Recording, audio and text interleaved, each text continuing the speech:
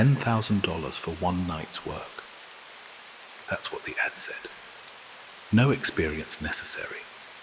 Must be under 21. No physical requirements, just basic computer knowledge and the ability to follow instructions. It was past midnight, and Tyler had been doom scrolling on his laptop while I lay back in my chair, half watching some YouTube video. I wasn't paying attention until he muttered something under his breath and sat up straighter. "This is weird," he said, turning his screen toward me. The site looked professional. Too professional for where we found it. We'd been digging through the darker corners of the internet, where curiosity and boredom mix into something reckless. The job listing was tucked away in a forum thread discussing exclusive work opportunities. I read it over. "It's a scam," I said. "Guaranteed." "Maybe," Tyler said, but he was already clicking through the details. The reviews looked legit. Detailed write-ups, timestamps going back months, people claiming they were actually paid, and not just one or two posts, dozens. The application was simple. Name, age, location, recent photo, questions about transportation, computer access, whether we lived alone, whether we had webcams.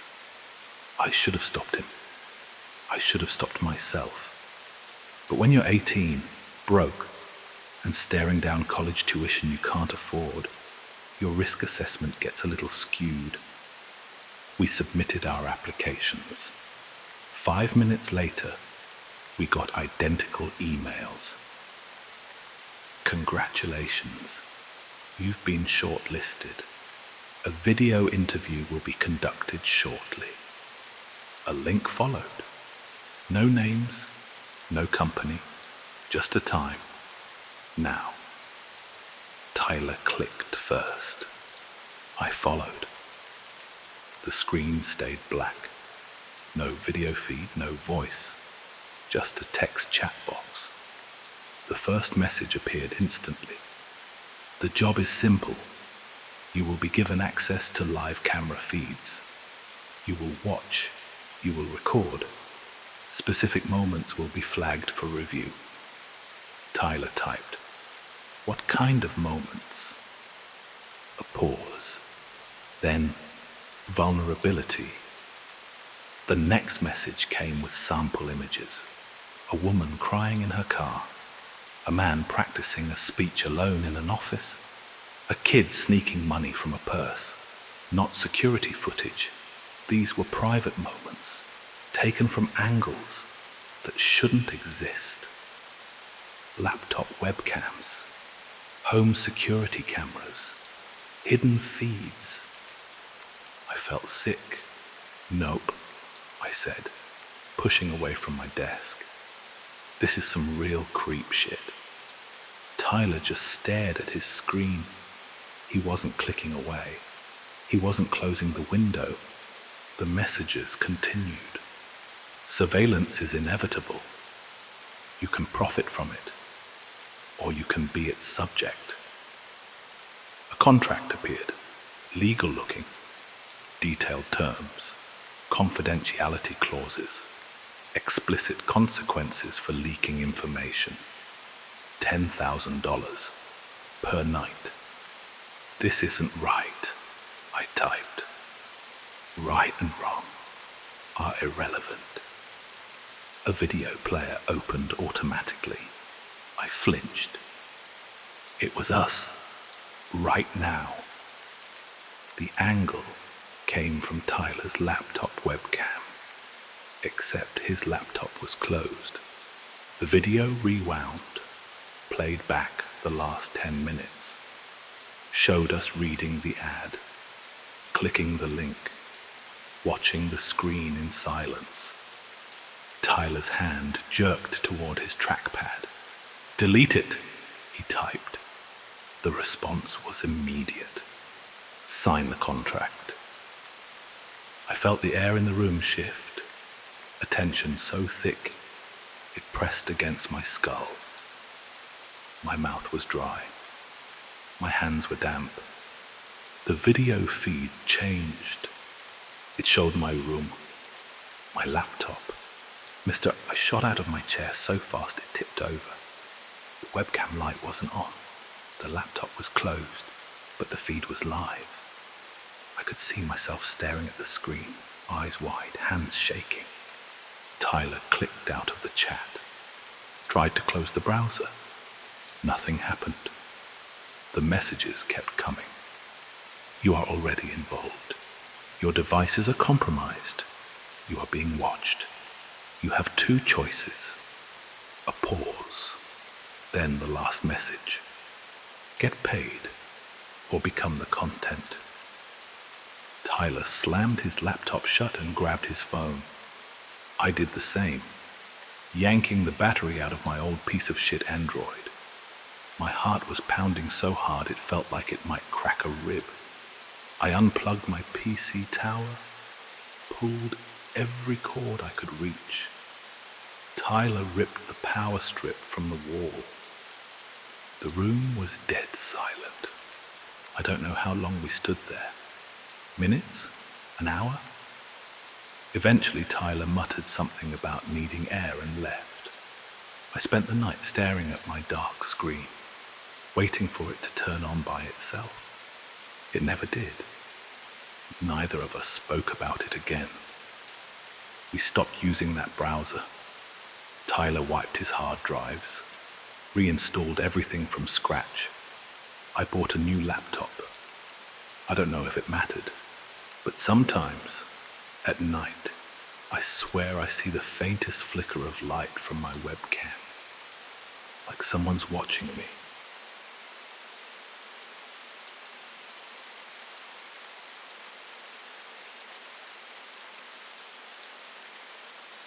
My friend Josh's gaming setup cost more than my car. 3 monitors, custom mechanical keyboard, the kind of processing power that could probably launch satellites. We were meant to be studying for midterms, but instead found ourselves diving into what he called the internet's basement, the dark web.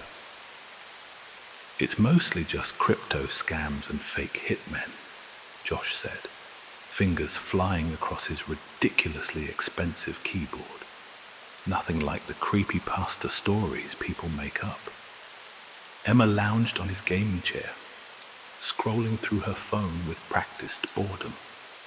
Then why are we even looking? But I caught the edge in her voice. The same nervous excitement I felt watching the modified browser load pages that shouldn't exist. The first hour was exactly what Josh predicted. Badly designed marketplaces, conspiracy theory forums, the digital equivalent of a sketchy flea market. But then we found the game. The page was simple. Black background, white text, a single button labeled "Click Through." No instructions, no explanation, just that waiting button and a counter showing how many people were currently playing. 147. Probably just another crypto scam, Emma said.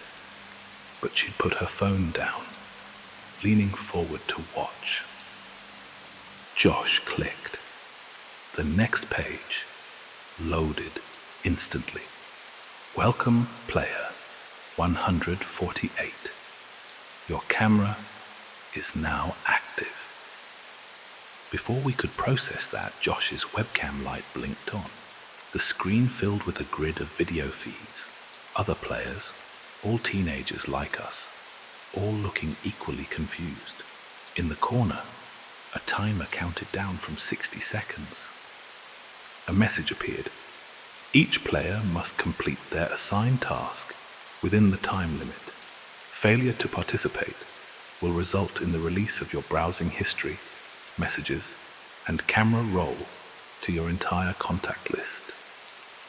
Every photo, every search, every private conversation. Click accept, to continue. Just close it, I said, but Josh's cursor was already moving. It's probably fake, he said, clicking accept. These sites are always...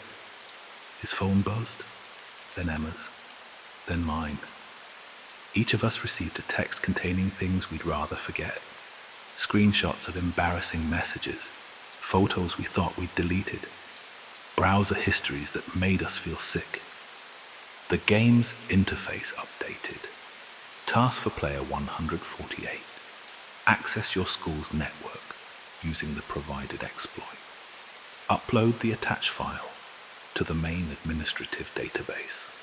Time remaining 58 minutes, 47 seconds. Don't, Emma and I said simultaneously. But Josh's face had that look. The one he got when a challenge felt personal. They're bluffing, he said, but his voice shook slightly. They can't actually... Another round of texts. More screenshots. More forgotten moments dragged into light. Just do it, Emma whispered, her face pale in the monitor's glow. Before they send that stuff to everyone. I watched Josh's reflection in the center monitor, saw the moment his resistance crumbled. His fingers moved across the keyboard, following the game's instructions with trembling precision. In the video grid, other players performed their own tasks, each one a small crime, each one recorded and saved, and added to the growing weight of things that could be used against us. The school's network fell easily to the provided exploit. Josh uploaded the file, his face lit by the progress bar's slow advance. None of us spoke about what might be in that file, about what we'd just become part of. When it was done, the game's interface updated one final time. Task completed. Your new role is observer. Watch and verify other players' tasks. Remember, participants who warn others or contact authorities will have everything released. Welcome to the community. The video grid remained, showing new players finding that first page, clicking that first button, starting their own descent into something they couldn't escape. We sat in silence, watching teenagers like ourselves become players, then observers, then accomplices. Josh's webcam light still blinks sometimes, even when his computer is off. The game's interface appears in our browsers at random moments, showing us new players, new tasks, new crimes we're forced to witness but can't prevent. Our phones buzz with regular reminders of what will happen if we speak up. The counter in the corner keeps rising. 200 players, 300, 500, each one trapped in the same way we are, each one forced to observe and verify and remain silent. Sometimes I see other players at school. You can tell by the way they flinch when their phones buzz, by the hollow look they get when they think no one's watching. We never acknowledge each other, never talk about the tasks we've performed or the ones we've witnessed, never discuss the weight of carrying secrets that grow heavier with each new player who clicks that first button. Josh's gaming setup sits unused now.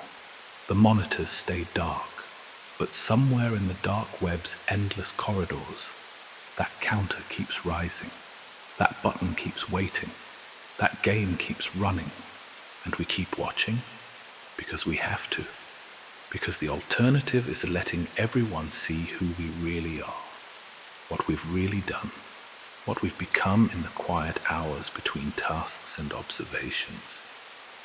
The webcam lights keep blinking, The phones keep buzzing. And somewhere, another teenager is about to click through.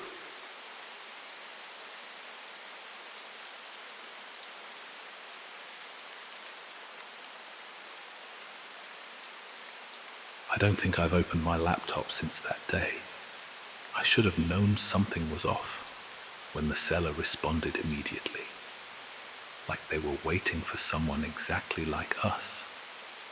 It was one of those nights where boredom turns into recklessness. Alex's attic bedroom, 3 of us crammed around his laptop, the glow of the screen throwing weird shadows on the slanted ceiling. It was past 2 a.m., too late for good decisions, too early for regret. It's probably fake, Alex muttered, scrolling through the listing again. The dark web marketplace looked professional enough. Sleek interface, encryption warnings, user ratings that somehow made it feel legitimate. The item? A stolen museum artifact, supposedly ancient. The price was so low it had to be a scam. Maya leaned in closer, her hair falling over her face as she scanned the page. "We shouldn't," she said, but her fingers were already moving over the trackpad. That was the thing about Maya. She'd say no and do it anyway. The payment went through in seconds. Green text confirmed the transaction. Purchase successful. Delivery details to follow. Thank you for your business. We laughed, because what else do you do when you realize you just threw $50 into a void? We half expected a follow-up email with a bad excuse about shipping delays, or a fake tracking number leading nowhere. What we didn't expect were the messages. The first one was a photo. Alex's house. Not some Google Maps screenshot. This was taken in real time from outside, looking in. His bedroom window was glowing in the dark, our 3 silhouettes clear against the glass. Then came the delivery instructions. Too specific, too precise. Leave your garage door open, exactly 3.7 inches on Tuesday night. Place a blue recycling bin by your back fence on Wednesday. Move your mother's car 2 inches to the left on Thursday morning. At first, we convinced ourselves it was some elaborate prank, a coincidence, until we tested it. Tuesday night, we left the garage open, exactly as instructed. By morning, it was closed again. Nothing missing, nothing changed. Wednesday, we put the bin out by the back fence. The next day, it was back by the curb, but inside was a note. Thank you for your compliance. That was the first time we really felt it. The weight of being watched. Alex started noticing things. Objects in his room slightly out of place. His desk chair pulled out when he was sure he'd pushed it in. The laptop warm in the morning, even though he'd shut it down the night before. Then the package arrived. Small, unmarked, left in the exact center of Alex's bed, even though his windows were locked, his door closed. Inside, the artifact looked just like the listing. A small bronze figure, old, worn, heavy. Wrapped around it was another note. First purchase discount applied. Your next order has already been placed. We checked his laptop. The browser history showed a new transaction. Something expensive, something illegal. Paid for with a bank account none of us recognized. A new confirmation message flashed on the screen. Thank you for your continued business. Future purchases will be automated for your convenience. The messages kept coming. More instructions, more deliveries, more evidence that whoever this was, they knew everything about us. Private conversations, details we hadn't even said out loud. They were inside our lives in a way that was impossible to undo. Maya stopped coming over. Then she stopped answering texts. We saw her at school, but she wouldn't meet our eyes. Alex barely left his room. He started sleeping with his closet door barricaded. And then, one morning, he was just gone. His parents said he'd gone to stay with family, but the seller's messages told a different story. Maya transferred schools last week. I'm the only one left. And the laptop is still ordering things. My bank account, what's left of it, is drained. The browser history is full of transactions I never made. Another package arrives tomorrow.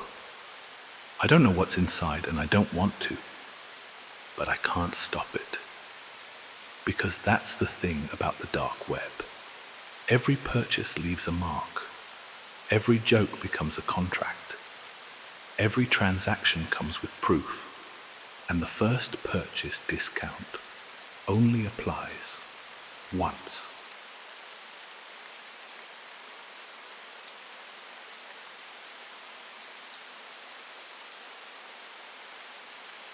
I remember it like it was yesterday. This isn't what it looks like, Aidan muttered, his face pale in the glow of his laptop screen. His basement smelled like stale energy drinks and old carpet, and the hum of the computer was the only thing cutting through the silence. It was past 2 a.m, that strange hour when exhaustion makes everything feel unreal. I should have been home. But Aidan had been frantic, his texts barely making sense. Ryan and I had barely settled into our usual spots, him on the couch, me in the old desk chair, when Aidan turned his laptop toward us. Someone's been streaming my life, he said, his voice tight with something that wasn't quite panic, but wasn't far from it either. Not just spying, streaming, publicly. There's a whole site for it. Ryan exhaled sharply through his nose. Dude, you sound like my uncle when he starts talking about the government putting cameras in birds. But Aidan wasn't laughing. He was already clicking through folders, pulling up a website. I expected some janky, sketchy-looking page with flashing ads and broken links. But this looked professional, sleek, clean. It had a logo, a seamless video player, even payment options that wouldn't have looked out of place on Netflix. The thumbnails made my stomach turn. Aidan sitting at his desk, Aidan asleep in his bed, grainy night vision turning his face a ghostly shade of green. Aidan at the kitchen table, eating cereal while his mum washed dishes behind him. The angles were impossible. Overhead, close up, positioned like security cameras. But Aidan didn't have security cameras. Holy shit, Ryan whispered, leaning in. He wasn't smirking anymore. Aidan scrolled down. The subscriber count read over 3,000. There was a chat window beside the stream, messages rolling in like a Twitch feed. Knew he'd find it eventually. Called it. Pay up at Darkviewer 447. Anyone watching the kitchen cam? His mum looks exhausted. New angle in the bedroom just dropped. Premium members. Check your inbox. I glanced at Aidan. He was barely breathing. How long? I asked. He swallowed hard. At least 6 months. His voice cracked. They have archives, old streams. They take requests. People bid on which camera angles they want. Ryan was already on his own laptop, typing furiously. Maybe we can track the site owner. Find the server. Something. Don't bother. Aiden cut in. It's buried. I tried. Whoever's running this, they know what they're doing. Then a new message popped up in the chat. Welcome to your own channel, Aiden. Attempting to disable the stream will result in all footage being automatically uploaded to your social media. Your family, your school, everyone you know will see everything. Enjoy the show. The subscriber count ticked up. 3001. Ryan's mouth opened, then closed. His fingers hovered over the keyboard. Useless. Another message rolled in. First time a subject has joined their own audience. Make yourself comfortable, Aiden. We've all been watching for so long. It's like we're family. Aiden slammed the laptop shut. We sat there in silence, listening to the nothingness of the basement. The weight of what we'd seen pressed down on us, like something physical. Somewhere out there, thousands of strangers had been watching Aiden live his life, laughing about his routines, making jokes about his personal habits. And the worst part? There was nothing he could do about it. Go home, Aiden said finally, his voice hollow. Before they start dedicated channels for you too. I left. So did Ryan. None of us spoke on the way out. That was a month ago. I check my room differently now. I scan for tiny lenses, for misplaced objects that weren't there before. I cover my webcam, unplug anything with a microphone when I'm not using it. But the paranoia sticks, because someone found Aiden. And if they found him, they can find anyone.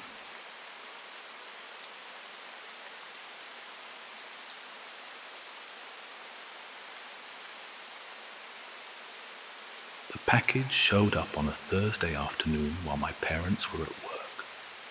A plain brown box, about the size of a shoebox, sat on our front porch. No return address, no shipping label, just my name and address, printed in perfect courier font. It looked like it had been placed there by hand. I might have ignored it if I hadn't spent the past week messing around on the dark web. Jake had made it sound harmless. It's just another part of the internet, he'd said, showing me and Sarah how to set up the special browser. People use it for privacy, that's all. You can find some crazy stuff, but it's mostly just weird forums and old sites. So we spent a few nights exploring. 3 high school juniors, treating it like some secret club. We found marketplaces selling fake IDs, forums full of paranoid ramblings, hitmen for hire ads that were probably scams. It felt like looking through a keyhole into some other world, something dangerous but distant, until the box arrived. Sarah told me not to open it. I sent her a picture, and she just replied, "That's not normal." But she still came over after school, and Jake wasn't far behind. The 3 of us stood in my kitchen, staring at it like it might explode. Jake tried to sound confident. "Could be anything," he said. "Maybe you signed up for something without realizing it." "I didn't sign up for anything," I said. But my hands were already reaching for the box. Inside Nestled in black tissue paper were three things: a USB drive, a Polaroid photograph, and a handwritten note. You're involved now. The photograph showed a bank vault. Safety deposit boxes lined the walls, their metal faces catching the flash. One was open, its contents scattered across the floor. The timestamp in the corner was from 2 days ago. "This is bad," Sarah whispered. But Jake was already plugging the USB drive into his laptop, the same one we'd used for our dark web browsing. The drive contained a single video file. Security footage from inside the vault. 3 people in masks, moving with precision, emptying specific boxes. Then Jake clicked on the file's metadata. The edit history showed it had been modified on his laptop. Yesterday, while we were at school. His hands hovered over the keyboard. This isn't real. This has to be fake. Then a notification popped up. File successfully uploaded to cloud storage. Another. Backup complete to specified email addresses. Then a message. The evidence has been distributed to several news outlets and law enforcement agencies. You have 24 hours to complete the attached instructions, or the second video will be released, the one showing how you planned it.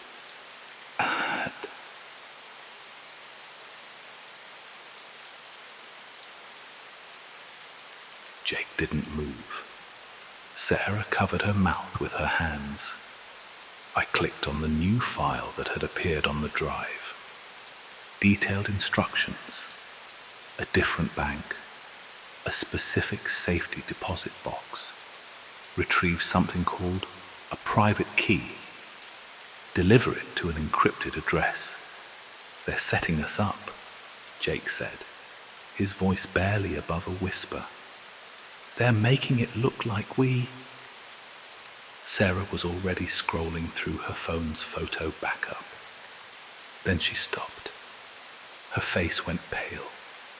She turned the screen toward us. There were new photos in her gallery. Weeks worth. Shots of us huddled over what looked like blueprints. Screens displaying vault schematics. Even a picture of me holding a lock-picking set I had never seen before. "They made these," Sarah whispered. "They had to." Then my phone buzzed. A notification from a local news site. Breaking. Investigation underway into bank heist. No suspects yet. Jake's laptop chimed again. Another message. "Check your devices. Your digital footprint is already compromised. Your search history. Your location data. The evidence is already out there. If you don't follow the instructions, law enforcement gets the final piece." Sarah squeezed her eyes shut. We should tell someone. But we all knew that wasn't an option. Every file, every message, every planted detail, it was airtight. It would look like we were guilty. The police wouldn't investigate the possibility that some faceless group on the dark web had orchestrated it all. They'd just arrest us. The empty box sat on the counter, nothing but a container for the noose tightening around our necks. My parents would be home in 2 hours. The bank mentioned in the instructions closed at 5. We could ignore it, Jake said. But even as he spoke, another message popped up. "First video releasing in 10 minutes unless GPS confirms you're en route to the specified location. Your devices are already compromised. Your accounts are already accessed. Your digital lives are already ours. Time to earn your way out." Sarah grabbed her keys. Jake shut his laptop. I picked up the instructions. The late afternoon sun felt wrong, too bright.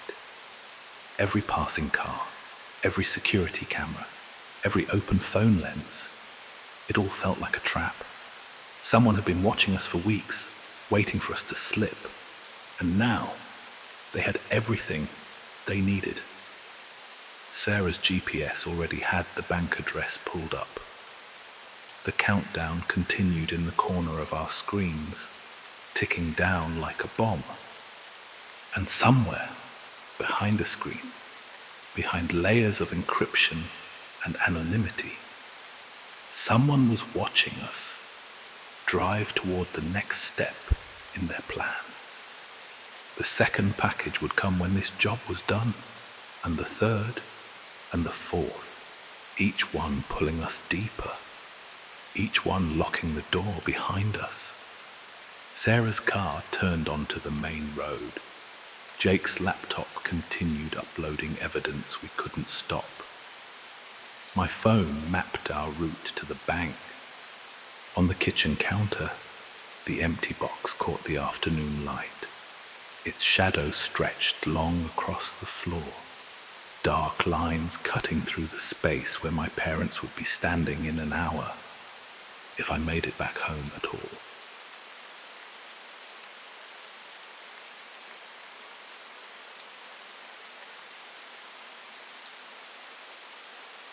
Mia's basement always smelled like fabric softener and old computers. That's what I remember most clearly about the night everything changed. That artificial spring breeze mixing with the warm electronic scent of her dad's ancient desktop tower. 3 bored 16-year-olds hunched around a monitor, our faces lit by the glow of a browser we probably shouldn't have downloaded. "This is so stupid," Mia said, but her fingers kept moving across the keyboard. She'd always been the smart one, the one who could code before she could drive, who understood networks in ways that made our school's IT teacher nervous. The dark web isn't even that interesting. It's mostly just scams and weird forums. Lucas sat next to her, close enough that their shoulders almost touched. He had that look he always got when he was trying to impress her. Somewhere between trying too hard and barely trying at all. "My cousin found government secrets on here once," he said, though we all knew his cousin was full of shit. I watched them from the old couch, picking at a loose thread on my sleeve, trying to ignore the knot of anxiety in my stomach. Something felt wrong about this, about the way the browser moved so slowly, about the strange addresses that seemed to shift when you looked at them directly.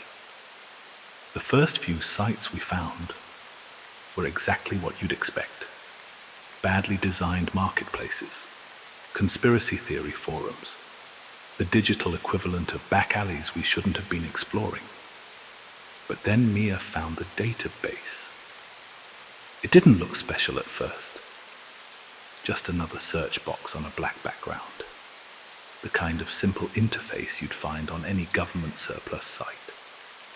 But the results it returned made my blood run cold. Names, addresses, case numbers, pages and pages of witness protection data. Each entry, a life someone had tried to leave behind.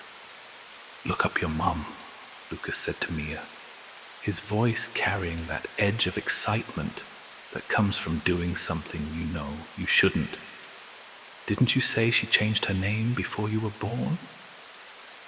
I watched Mia's face in the monitor's reflection, saw something flicker behind her eyes. Doubt, maybe, or fear. But her fingers were already moving, typing her mother's name with a precision that felt like surrender. The results loaded slowly, each line of text appearing like a confession we couldn't take back. Her mother's original name, birth date, former addresses, and then, in clean bureaucratic typography that felt like violence, Subject relocated following cooperation in federal investigation of domestic terror cell, 2003. The basement's artificial spring breeze suddenly felt thick, heavy with the weight of unspoken histories. Mia's hands had gone still on the keyboard. Lucas wasn't trying to sit close to her anymore. More details filled the screen. Surveillance photos from another life. Court transcripts. A list of aliases that ended with the name we knew. The name of the woman who made Mia lunch every morning, who taught her to code, who lived above us, right now, in a house that smelled like fabric softener and kept secrets like ammunition. We should stop, I said, but Mia was already downloading files, her movements mechanical, precise. Each document revealed another layer of a life her mother had tried to bury. Meetings with known extremists, plans found in raids, testimonies that traded names for freedom.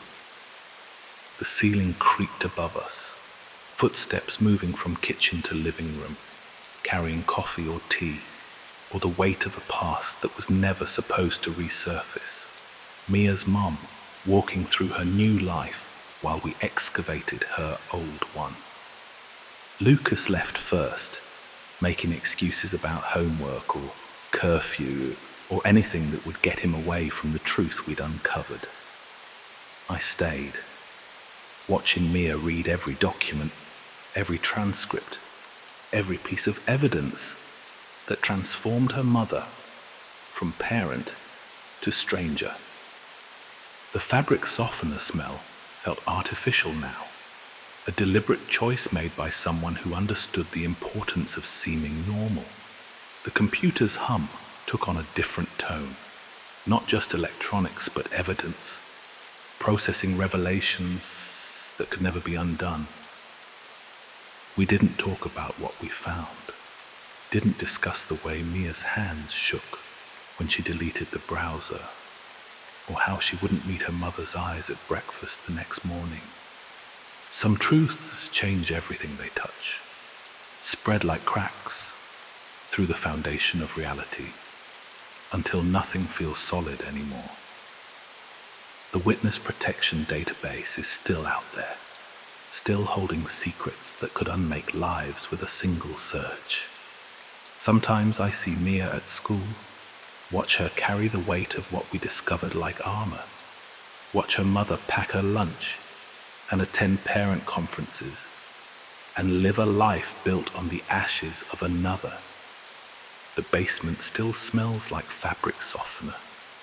The computer still hums its electronic secrets.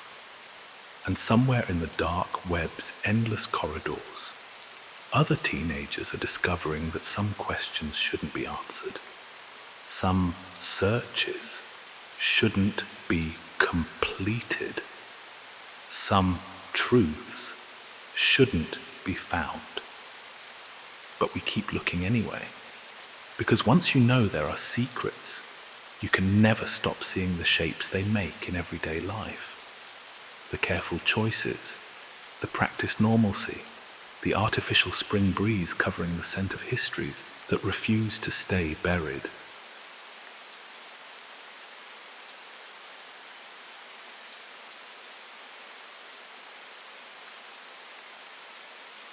Madison's room always smelled like vanilla and dried roses, a mix of candles and old potpourri. She swore made her space feel less digital. It barely masked the warmth radiating from her gaming PC, the machine that had become an extension of her ever-curious mind. The LED strips behind her monitors pulsed in lazy waves of purple and blue, throwing shifting shadows across our faces as we leaned in, the glow reflecting off our wide, unblinking eyes. She was the kind of person who always found the hidden corners of the internet, the places most people didn't know existed or didn't dare look for. "It's called Echo," she murmured, fingers gliding over her keyboard. Kenzie at school showed me how to get in. I watched as she navigated through layers of security, clicking through pages that didn't look like much at first. Black backgrounds, lines of dull white text, no branding, no ads, no flashy graphics, just doors within doors, each one requiring a different password, each one timed so that if she hesitated even a second too long, access was denied. Next to me, Rachel picked at the loose threads on her sweater sleeve, a nervous habit she'd had since middle school. The air in the room felt warmer than before, dense with the quiet pressure of something we didn't quite understand yet. The final page loaded with unsettling simplicity, a single text box hovering in the void. Above it, a word, ECHO, and below it, a number, 2,847 active users. "Watch this," Madison whispered, typing her name into the box. For a moment, nothing happened. Then, lines of text, scrolling in real time, conversations, comments, mentions, but not just from public social media, private messages, emails, group chats, texts she had never seen. Some were months old, some from earlier that day. People talking about her, friends, teachers, strangers, conversations they never expected her to see. Rachel sat up, her sleeve forgotten. "Do me next." Madison typed her name. More messages, private group chats dissecting things Rachel had said. A text exchange between her parents debating whether she seemed depressed lately. A guy from our class making a joke about the way she dressed. My stomach clenched. "This isn't real," I said, but my voice sounded thin, weightless. "It's all real," Madison muttered, eyes locked on the screen. "Every message leaves a footprint, even deleted ones, even drafts." A new notification popped up in the corner of the screen. "User matched. Begin active monitoring." Before I could react, Madison clicked yes. The interface changed, feeding us live updates in real time. We weren't looking at old messages anymore. These were happening now. We saw a girl from Rachel's math class, texting someone about her, how she had bombed today's test. A group chat among boys ranking girls at school. Rachel's mom emailing her dad, wondering why she had been so quiet at dinner. Rachel swallowed hard. "Try yours," she whispered. Madison typed my name. The text appeared instantly. My brother texting his girlfriend about how off I had seemed lately. My parents discussing my future in worried tones over email. My best friend's unsent draft messages, hesitating over how to tell me she thought I was pushing her away. Another notification. User matched. Begin active monitoring. Madison didn't even ask this time. She clicked. My heart kicked against my ribs as the screen filled with fresh messages. My boss at my weekend job, venting to a co-worker about my performance. A teacher telling another that I seemed distracted lately. A kid I barely knew making an offhand comment in a group chat about how weird I seemed. And then Rachel pointed at the corner of the screen. The number. It's going up. The active users. 2,850. 3 more people. Watching. I swallowed. Watching what? The next message appeared, but this time it wasn't about us. It was to us. Echo participants must contribute to maintain access. Begin recording local conversations. For half a second, none of us moved. Then Madison's laptop camera light blinked on. Then Rachel's. Then mine. Our phone microphones activated. Every device in the room. Phones, tablets, laptops. Quietly, silently, listening. The LED glow against the walls felt colder now, casting shadows that stretched unnaturally across our faces. The vanilla scent was thick, suffocating, no longer masking anything. I reached for my phone. The screen was blank. No way to turn it off. Madison, I said, barely recognizing my own voice. Turn it off. Her hands hovered over the keyboard, frozen. I don't know how. The number in the corner of the screen ticked up again. 2,851. 2,852. More people joining, watching, listening, and the messages kept coming. More real-time conversations from people we knew. Strangers too. Some discussing us. Some giving instructions. Some simply typing, "We see you." I stood up too fast, knocking into the desk. Turn it off. Shut it down. Madison's fingers flew across the keyboard, navigating out, closing tabs. She yanked the power cable from the back of the PC. The monitors blinked off, but our phones were still on. My laptop camera light was still glowing. Rachel's mic was still recording. I picked up my phone and held down the power button. The screen flashed, shutting down, but the microphone indicator stayed on. I turned off the Wi-Fi. The indicator stayed on. I removed the battery. The indicator stayed on. I didn't sleep that night. The next morning, Madison didn't bring up what happened. Neither did Rachel. We all had the same understanding, unspoken between us. No one else could know about Echo. And when I got home, when I finally worked up the nerve to turn my phone back on, the microphone was still on.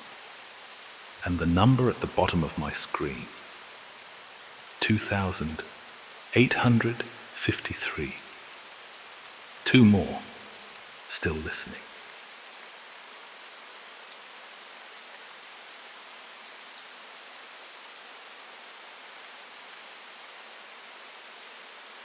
Ben's basement had become our unofficial headquarters over the last few weeks. It was the perfect spot. His parents never came down there. The tiny frosted window barely let in any light, and the constant hum of the dehumidifier drowned out our voices. It felt private, secure, a place where no one would know what we were up to.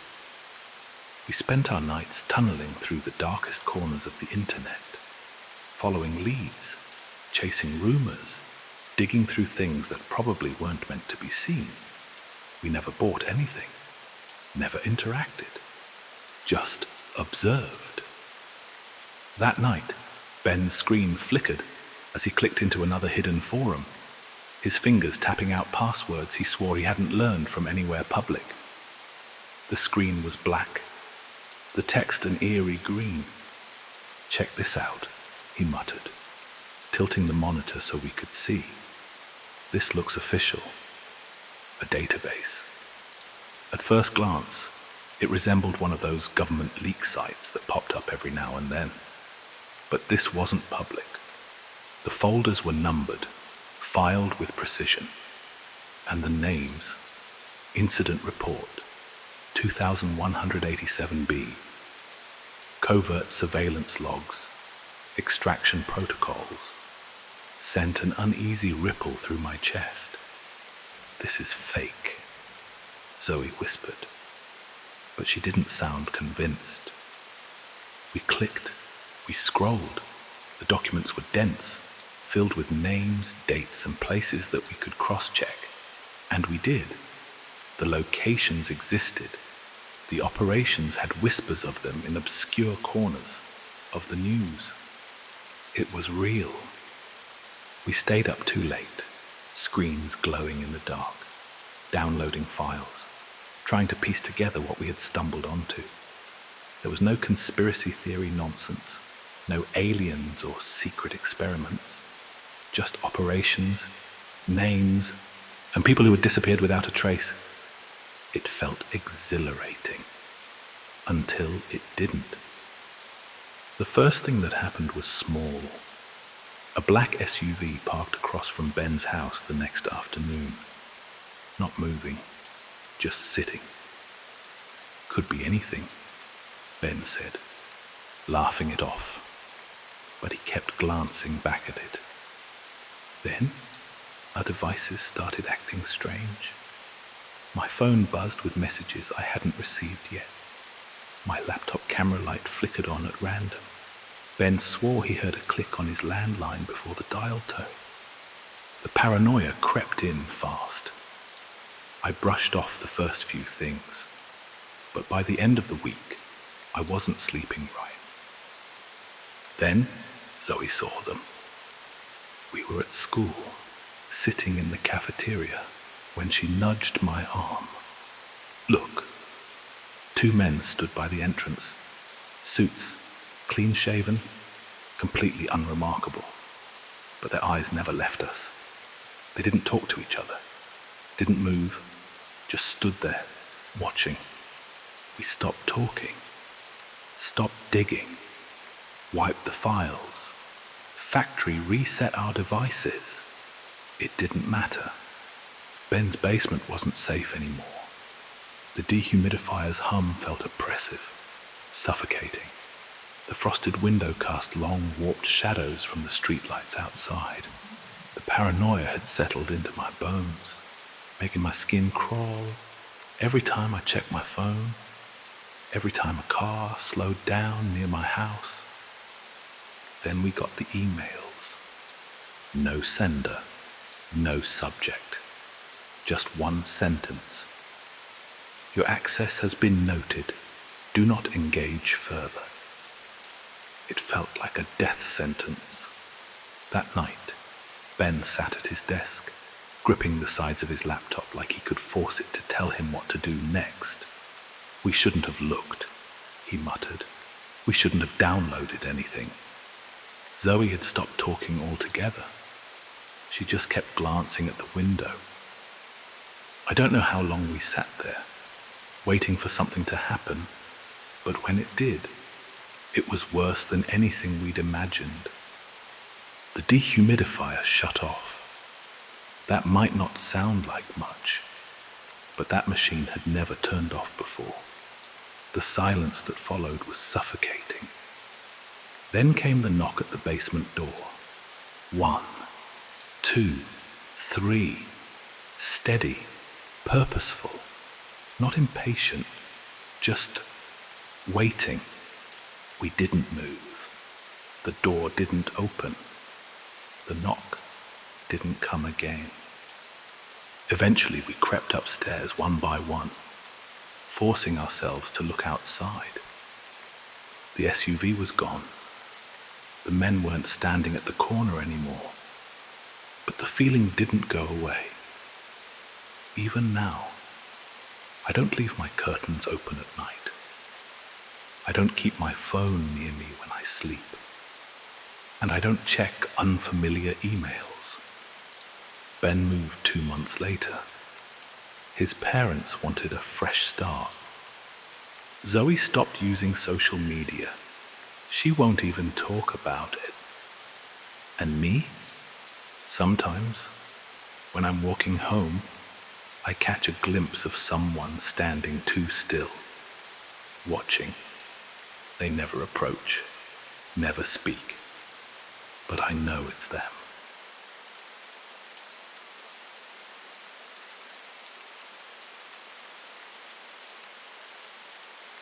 There's something you should know before I tell you this. You can't undo a decision once it's made.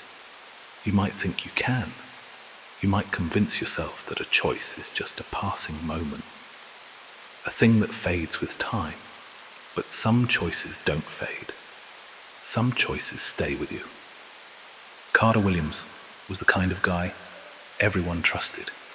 Student council president, debate team captain, straight A student with a flawless reputation. Teachers loved him. Parents praised him. Students admired him.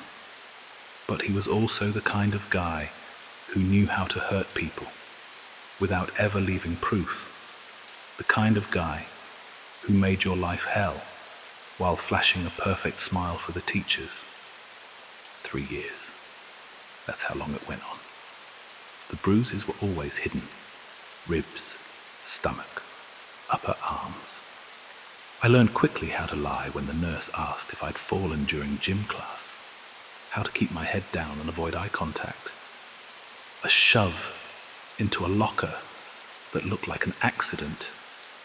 A punch in a crowded hallway no one saw. A whispered threat in class while the teacher wrote on the board, chalk scraping like nails on a chalkboard, drowning out my silent pleas. I tried to tell people, but no one listened. Carter's a great kid, they'd say. You must have misunderstood. So I stopped trying. Instead, I did what I always did when life felt unbearable. I went online, not to escape, but to search. For what? I wasn't sure. I wasn't looking for anything in particular, just distraction. But when you're desperate enough, you start searching for things you wouldn't normally search for. Terms like revenge, payback, justice. My fingers trembled as I typed, my heart pounding louder than the hum of my computer. And when you know where to look, the internet will show you things you shouldn't see. It was a forum. Simple black background, green text that seemed to pulse against the dark screen. Solutions for the powerless, the header read. A beacon for the desperate. The posts were anonymous, people asking for help with problems they couldn't solve themselves. Some of them, most of them, sounded desperate. I hesitated, my fingers hovering over the keyboard. Then, with a shaky breath, I typed out a single sentence. There's someone who makes my life a living hell. I didn't expect a response, but I got one. I understand your situation completely, the reply read. Carter Williams, 17th Student Council President, star of the debate team, lives at 1487 Maple Drive with his parents and younger sister, allergic to peanuts, volunteers at the animal shelter, to look good on college applications. The accuracy of the details made my skin crawl. I hadn't posted Carter's full name. I hadn't mentioned his family or where he lived. My breath caught as I scrolled down. I can help, they continued. No payment required. But once you accept my assistance, you cannot change your mind. Some solutions are permanent. I stared at those words for a long time. Thought about the bruises, the constant humiliation, the way everyone believed Carter was perfect. Thought about how no one ever saw through his facade, how I was always the one suffering in silence. Then I typed, yes. The reply came almost instantly. Confirmation received. Watch the news tomorrow. The next day, Carter wasn't at school. Neither was his family. By lunchtime, whispers filled the halls, murmurs of disbelief. curious glances toward the empty chair in the front row. By the end of the day, the police were at his house. I heard they found the front door slightly open. 4 cups of half-finished coffee sat on the kitchen table, chairs pushed back as if the family had stood up in unison, mid-sentence, and walked out. The house was spotless. No signs of struggle, no signs of anything. They had just vanished. The police interviewed everyone. I watched from my classroom window as they searched the school grounds, their faces grim, voices low and urgent. They found nothing. How could they? Days passed, then weeks. Missing person posters plastered the walls, bright faces slowly fading under the harsh sunlight. Carter's name was still called during roll call for a while, then it wasn't. His debate trophies gathered dust in the display case, a silent reminder of his sudden disappearance. His college acceptance letters arrived at an empty house, their hopeful promises met with silence. And then the forum disappeared, vanished as completely as Carter's family, leaving no trace in my browser history. At first, I thought that was the end of it, until the emails started, always from impossible addresses, always the same message. Carter Williams continues his education in a place where power dynamics have been adjusted. His family provides context for his ongoing lesson in empathy. They are learning together. The curriculum is quite intensive. Would you like to view their progress? I never replied, never clicked the attachments, but I knew what they were. And then the little things started happening. Books slightly out of place. My chair turned at a different angle when I got home.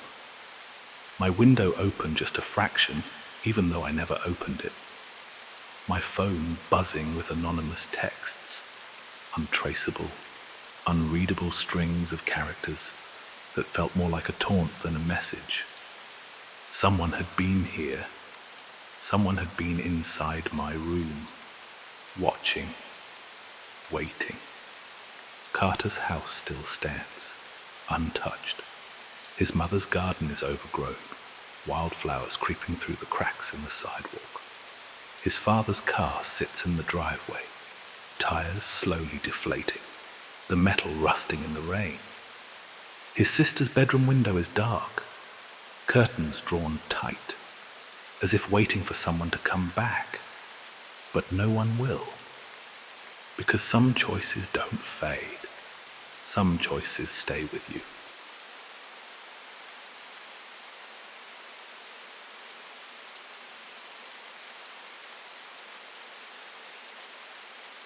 The first red flag should have been how easily I found it.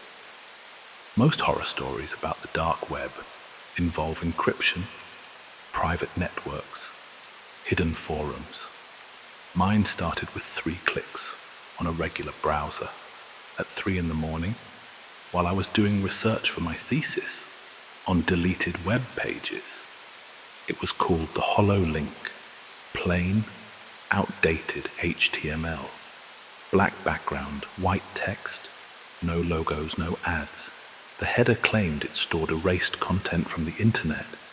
To me, that was gold. Finding deleted pages is a nightmare for digital research. But this thing pulled up results faster than any legitimate archive I'd ever used. At first, I searched for harmless stuff. Old GeoCities pages, forgotten blogs, dead forums. The pages loaded perfectly. No broken links, no missing elements. It was like someone had taken snapshots of the web, perfectly preserved. Then, on my 3rd night, I noticed something off. Some pages had timestamps from days ago. Pages that, according to the internet, didn't exist anymore. That should have been impossible. Once something is deleted, even caches don't last that long. But when I clicked, they weren't placeholders.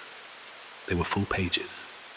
blogs, news articles, forum posts, and then I found my own name. Not in an old comment thread, not in some database leak, on an entire blog. The layout was nearly identical to my own personal website.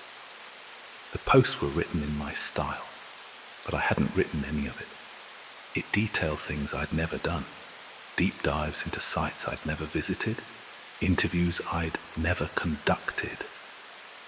Then I saw the latest post. It described my research into the hollow link, how I'd become obsessed, how I started seeing references to myself in places I shouldn't, how my work fell apart because I couldn't focus on anything else. The last entry was dated 2 days from now. It claimed I'd been found dead in my apartment. My hands were shaking as I closed the page. I remember sitting there, heart pounding, staring at my blank screen. I didn't believe in ghosts, in supernatural warnings. This was a trick. It had to be. Someone had scraped my data, piecing together my online presence to create a nightmare designed for me. But if that was true, who was behind it? And why? I ran searches for my name. No results. The fake blog wasn't indexed anywhere. It only existed on the hollow link. I tried clearing my history, blocking scripts, even running my connection through a VPN. It didn't matter. Every time I returned to the site, new entries appeared, each one closer to real life. It knew where I lived. It described my apartment layout. It mentioned small details about my daily routine that I'd never posted online. I wasn't just being watched, I was being documented. The final straw was when I saw a news article. It wasn't from some big outlet, just a local crime blog. The headline was vague, but the photo was clear. My building. It was an old post, buried in archives, about a break-in that happened last year. But when I looked closer, I realized something. The apartment number in the report, mine. I don't know what scared me more. The idea that someone had been in my apartment before I ever moved in, or the thought that someone wanted me to see this. I stopped sleeping properly after that. I changed everything. New research topic, new laptop, new accounts. I moved. I stopped going online entirely, but it didn't matter. Last night, a package arrived. No return address. Just a small USB drive, taped to a piece of paper with a single sentence. Check again. I shouldn't have. I should have thrown it away, but I plugged it in. Inside was a folder. Hundreds of text files. Some had timestamps from months ago. Others were dated next week, and every single one was about me.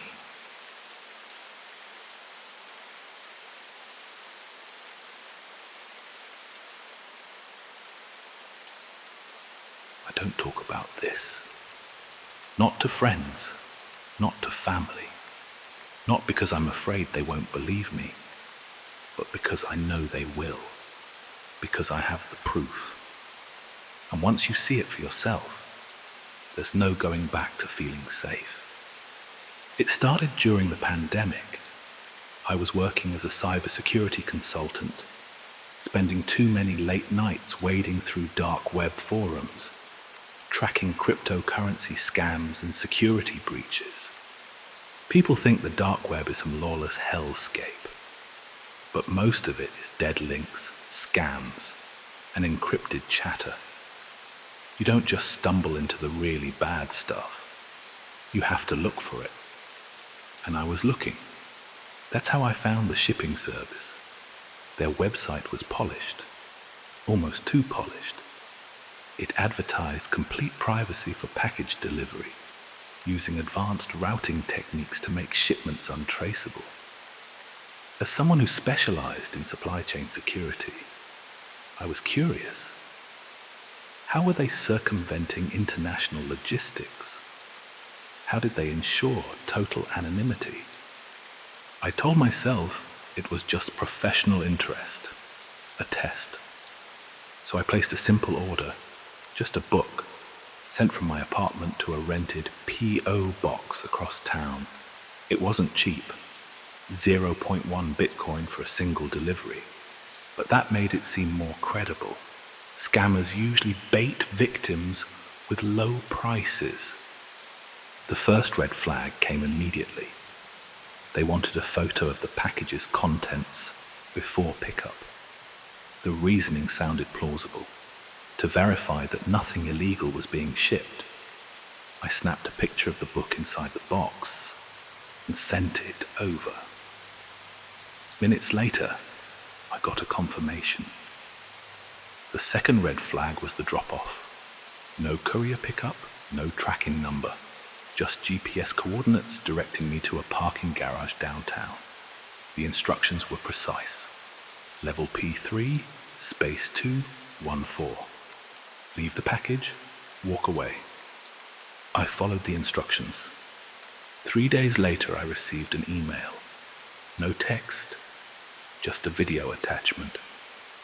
It was a recording of me in my apartment, packing the book into the box. The camera angle was from my laptop. I always kept my webcam covered, or at least I thought I did.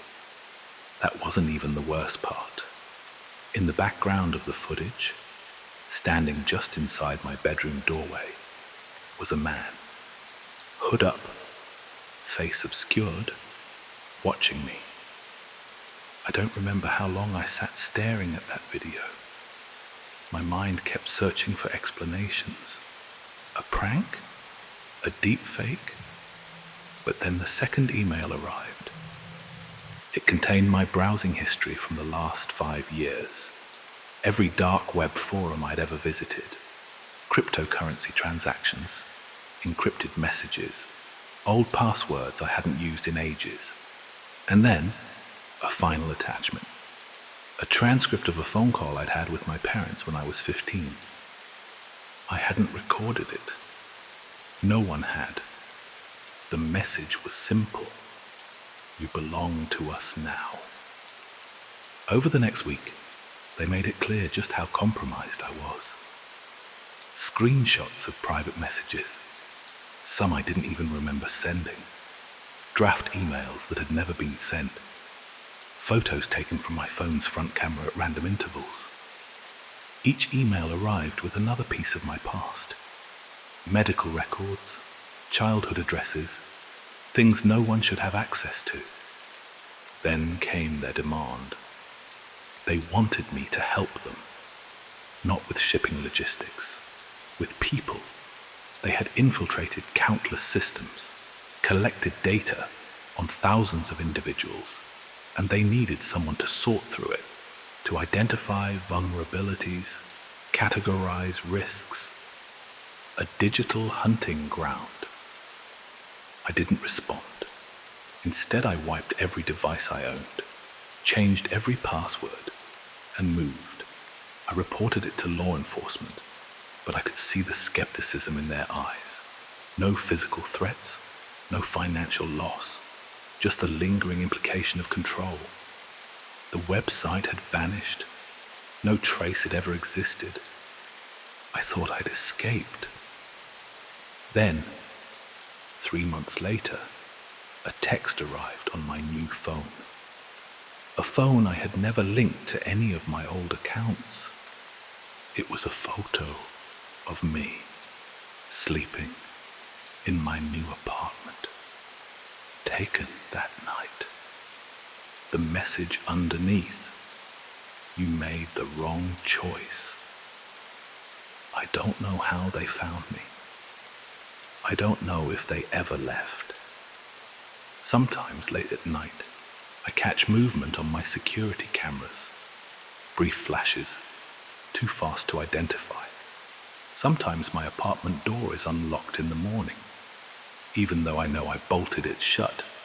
Sometimes my phone wakes me up with a notification, an unknown device connected to my Wi-Fi. I don't investigate. I don't ask questions, because I already know the answer. I let them in. I invited them. And now, I live with the consequences. If you ever feel the itch to explore the darker corners of the internet, remember this. The most dangerous people aren't the ones selling drugs or stolen data. They're the ones who make you believe they're offering something harmless. They never needed my permission to take what they wanted. But by playing their game, I let them know I was willing to listen. And once you listen, you can never unhear them.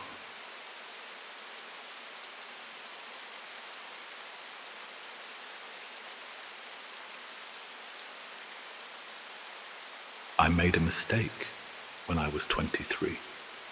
A stupid, desperate mistake. And now, every time I check my mail, every time I hear a knock at the door, I wonder if today is the day I pay for it. It started, like most bad decisions, with easy money. I was broke, drowning in debt, and working a dead-end job at a coffee shop that barely covered rent. I found the gig through an online ad. Someone needed a reliable person with a clean record to receive and forward packages. No heavy lifting, no customer service, just simple logistics. The pay was ridiculous. I didn't ask why. I should have. The first few months were easy. Packages arrived at my apartment, sometimes in plain cardboard boxes, sometimes wrapped in black plastic with no markings at all. I'd repackage them as instructed and ship them off to addresses that changed every time. Some went to P.O. boxes, some to random apartments. The names were never the same. I told myself it was probably tech resellers or grey market goods, maybe tax evasion. Whatever it was, I didn't care. But then there were the little things. Some boxes had a faint chemical smell, sharp like acetone or ammonia. Others felt warm to the touch, even when it was freezing outside. Once, I picked one up and heard something click, like a mechanical timer. Another time, I swore I heard a faint scratching sound, something shifting inside. I started wearing gloves when handling them, even though I didn't know why. The package that changed everything was heavier than usual, about the size of a shoebox. I picked it up from my doorstep, and something shifted inside. Not the dull weight of electronics or books, but something soft, something wet. And then there was the smell. Not strong at first, just a faint coppery scent, like old pennies. But by the time I set it on my kitchen counter, it had filled the whole room with the stench of meat left out too long. I should have left it alone. I should have dumped it and walked away. But I didn't. I opened it. Inside, wrapped in layers of plastic, was a severed hand, pale, stiff, the fingers curled inward. The wrist had been cut clean, no jagged edges, no bone splinters. There was a tag tied around the thumb with a name on it. My name. I don't remember moving. One moment I was staring at it. The next I was dry heaving in the sink. My first thought was the police. But then I thought about the people behind these packages. The ones who had my address, my name, my face. I grabbed my keys and ran. I spent 3 days in a motel across town, paying in cash, barely sleeping. I was paranoid, jumping at footsteps, flinching at the sight of delivery vans. On the fourth morning, I opened my door to find a small package waiting for me. No return address, no markings, the same size as all the others. I didn't touch it. I packed my bag, left everything behind, my apartment, my job, my phone, and started driving. I didn't stop until I crossed 2 state lines, found a town where no one knew me, changed my name, paid cash for a shitty apartment with no lease. For a while, it worked. I kept my head down, took under-the-table jobs, stayed off social media. But sometimes when I checked my mail, I'd see an envelope with no return address. Always empty. Always just a reminder. A message that they still knew where I was. Then, last week, after 5 years of silence, I got a package. No return address. Just my name. I haven't opened it. It's sitting on my kitchen table right now, and I don't know what's worse. The thought of opening it, or the thought that maybe this time they won't wait for me to.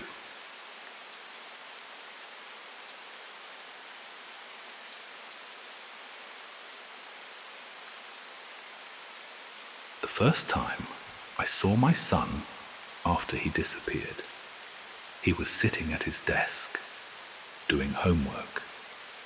I was 4 days too late. The video feed was low quality, grainy, like it had been recorded on an old security camera. It had no title, no description, just a black screen with a tiny play button buried in an obscure forum. At first, I thought it was an old home video, something uploaded by accident, but then I saw the timestamp. 4 nights after he went missing. 2:17 a.m. Except it wasn't 2:17 a.m. in the video. It was evening. The sun was setting through his bedroom window. I leaned in, studying the screen. My son sat at his desk, tapping a pencil against his notebook. He looked completely unaware that he was being filmed, but something was off. Every 40 seconds or so, he turned toward his window. He didn't get up. He didn't seem afraid. Just waiting, listening. Then I noticed the comments. They weren't new. They had been posted 3 days ago, yet they were describing everything that was happening in real time. He's going to turn again in 5, 4, 3. Right on cue. My son turned toward the window. I felt sick. My hands trembled as I tried to trace the video's source. It wasn't easy, but I knew enough about network tracing from my IT job to find a rough location. The IP address was local, same city, same neighborhood. That's when the camera angle changed. The feed had been static before, like a security cam mounted in the corner. But now it shifted slightly, refocusing on the window. On me! The screen flickered, and there I was, standing outside my son's room, in the half-light of dusk, looking in. It was 3 days ago. I remembered it exactly. I'd been standing there that night, staring in, thinking I had seen movement in his room. But in the video, I wasn't alone. A second figure stood just behind me, half hidden in the shadows. I hadn't seen them that night, but now, in the footage, I could make out a gloved hand gripping my shoulder. I stopped breathing. The comments continued. He's not alone. Watch. In 3, 2. The screen went black. The police didn't believe me. I showed them the footage, but they dismissed it as a sick joke, said I was exhausted. grieving. Maybe I had been hacked, but I know what I saw. I know that someone filmed me outside my own son's window and waited 3 days before showing it to me. I know that person wanted me to see what I never noticed, the presence right behind me, and I know that somewhere out there, they are still watching. I keep digging through dark web streams every night, trying to find another clue, another fragment of footage, not because I think I'll find my son, but because I have this sinking, gut-wrenching feeling that they are not done with me yet.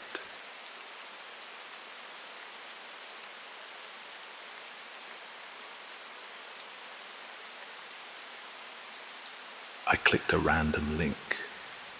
Now I can't shake the feeling that someone's been in my apartment. It's been 3 years, and I still don't know if I was just in the wrong place at the wrong time, or if someone wanted me to see what I saw. Back in 2021, I worked in cybersecurity. My job was to test vulnerabilities in corporate networks, probing for weak spots before hackers could. Most of it was dull, repetitive work, navigating firewall configurations, analyzing attack patterns, and cleaning up sloppy internal security practices. But sometimes I got bored. I'd wander, not recklessly, but deep enough into the internet's underbelly to keep my skills sharp. That's how I found the stream. It wasn't listed in some shady forum or hidden behind layers of cryptic riddles like you'd expect. Just a plain, unassuming .onion link buried inside a tech blog post discussing encryption protocols. The post itself was mundane, filled with jargon about asymmetric key exchanges and RSA vulnerabilities. The link was dropped almost like an afterthought, no context given. I don't know why I clicked it. Maybe curiosity, maybe habit, maybe because I was used to finding dead pages or poorly disguised honeypots that led to nothing. The page loaded instantly. No ads, no login, no capture, just a single video feed. The resolution was awful, but the frame rate was smooth. It showed a small, dimly lit concrete room. A metal chair sat in the center, bolted to the floor. The walls were bare, except for a single drain in the corner. I almost closed it, assuming it was some abandoned CCTV feed looping static footage. But then I saw the viewer count. 1. Just me. I hesitated, then checked the page's source code. It was pristine, too clean. Someone who knew what they were doing had set this up. No trackers, no embedded scripts, nothing that suggested it was collecting user data. That should have reassured me. Instead, it made my skin crawl. Then, movement.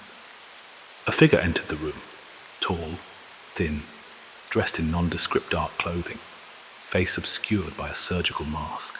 They carried a laptop and set it on a table that I hadn't noticed before, just out of frame. My screen flickered. A chat box opened below the video. Welcome, visitor. I hadn't signed in. There was no login prompt, no input fields. My fingers hovered over the keyboard, but before I could even think about responding, another message appeared. You are not supposed to be here. I froze. My first instinct was to kill the browser, cut the connection, but then the figure on screen adjusted the laptop, turning it slightly toward the camera, and on its screen, I saw my desktop. My mouse cursor moved, my open tabs, my file directory, all in real time. They had been in my system before I even found them. A line of text appeared on my screen. Not in the chat box, but over everything, as if typed directly onto my monitor. You are being watched. My stomach lurched. I yanked my Ethernet cable, powered down my router. My screen went black. The room fell silent except for my own heartbeat, thudding in my ears. I spent the next 2 hours tearing my setup apart. Booted from a clean USB, scanned for intrusions. Nothing. No logs, no files, no sign of how they'd gotten in. But I knew. They had been there. I wiped my drives that night. Factory reset every device I owned. Thought that was enough. Until the package arrived. It came 3 weeks later. No return address. Just a small unmarked envelope slipped into my mailbox.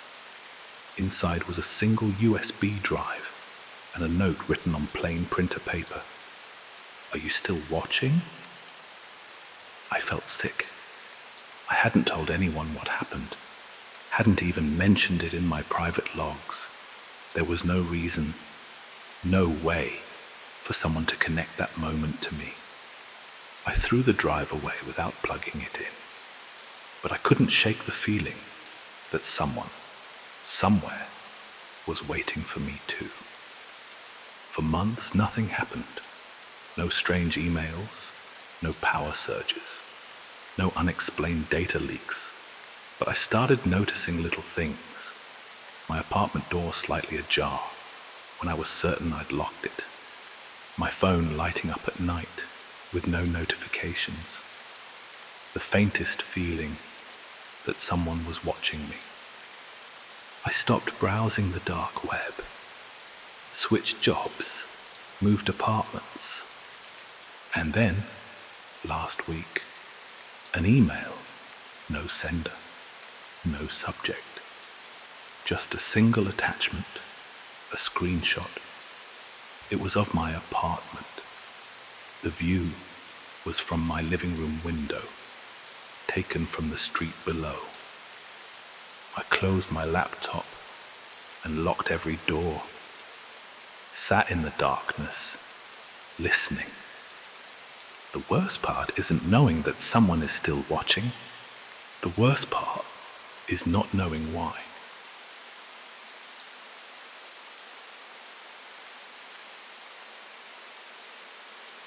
Winter light cuts through my apartment in pale, uneven strips. I haven't slept in days. Maybe 3, maybe more. My body has stopped reminding me, and the clock doesn't feel real anymore.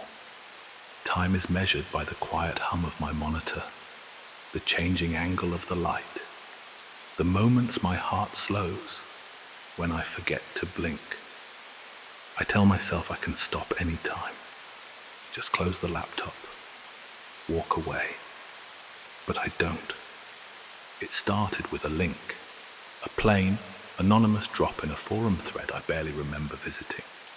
No description, no explanation, just a string of letters and numbers, an invitation to click. The URL wasn't indexed, and it had no traceable host. It shouldn't have led anywhere, but it did. A live stream.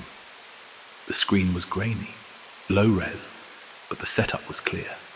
A dimly lit basement or warehouse, concrete walls, exposed pipes, a single chair in the center of the frame, with a woman sat in it. Her posture was strange, too still, too upright, like she had been placed there rather than seated herself. Her hands rested in her lap, fingers curled loosely. Blonde hair, average build, early 30s maybe. Her face was turned slightly away from the camera, but I could see enough. She wasn't blinking. Around her stood 5 figures, evenly spaced, their bodies positioned with eerie precision. They wore masks, cheap, expressionless white plastic, the kind you find in discount shops around Halloween. There was no sound. For the first hour I thought it was a still image, a staged, looping feed meant to bait people like me. insomniacs and digital voyeurs, scrolling endlessly through the internet's forgotten corners. But then, in the second hour, the woman shifted. Not much, just the subtlest motion of her right hand, fingers curling and uncurling once before going still again. It was enough to make my stomach drop. I typed in the chat, "Who is she?" No response. The viewer count sat at 27. No usernames, no messages, just a silent audience. I tried again. Is this live? Still nothing. The woman moved again, her head tilting slightly toward the camera. Not enough to see her eyes, but enough to suggest she was aware. The masked figures remained still. The longer I watched, the more I noticed things.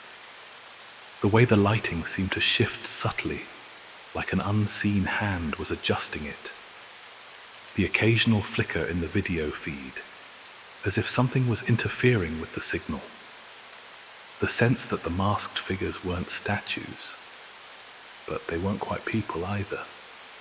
2 hours in, the viewer count jumped to 41. No one typed. 3 hours in, the woman moved again. Her breath hitched, shoulders rising ever so slightly. It was the first real sign of life, and it made my skin go cold. She was aware. She was awake. She was waiting for something, or someone. I should have stopped. I should have clicked away. Let the stream vanish into the depths of the internet like every other strange link I'd chased before. But I kept watching. The fourth hour brought sound. Not a voice, not movement. Just a low, steady hum, like an old television left on a dead channel. It buzzed at the edge of perception, making my teeth ache. The chat flickered. A single message appeared. Do not look away. I swallowed, fingers hovering over my keyboard, unsure if I should respond. The masked figures hadn't moved, but something was different now. I could feel it. In the 5th hour, the woman raised her head. Not much, just enough to reveal her mouth. It was open slightly, lips parted, as if she were about to speak, but she didn't. Her hands clenched in her lap, her shoulders tensed. And then, finally, one of the masked figures moved. Not much, just a slight shift of weight, a near imperceptible adjustment, like a man holding a pose for too long, and finally allowing himself a breath. But it was enough to make my heart pound. Another message appeared in the chat. She knows you're watching. My mouse hovered over the tab, ready to close it, but I hesitated. Why? Why did I hesitate? The 6th hour passed in silence. The masked figures stood, frozen again. The woman barely moved. My laptop fan hummed, the only sound in the room apart from my own breathing. At the 7-hour mark, the stream cut to black. No warning, no fade out, just gone. The chat remained for a few seconds, flickering at the edges of the screen, as if the website itself hadn't realized the feed had ended. A final message appeared. You stayed too long. The tab closed itself. My screen flickered, returning me to my desktop. My hands were stiff, fingers aching from where I had gripped the edge of my desk without realizing it. I checked the forum thread where I had found the link. It was gone. No record of the post. No trace in my browser history. Like it had never existed. But I know what I saw. I still don't sleep much. Not because I'm afraid. Not exactly. It's just that sometimes, in the still hours of the night, when my screen is dark and my apartment is silent, I swear I can feel something just beyond the edges of my perception. Like a camera. Like an audience. Like someone somewhere is watching me, just as I once watched her.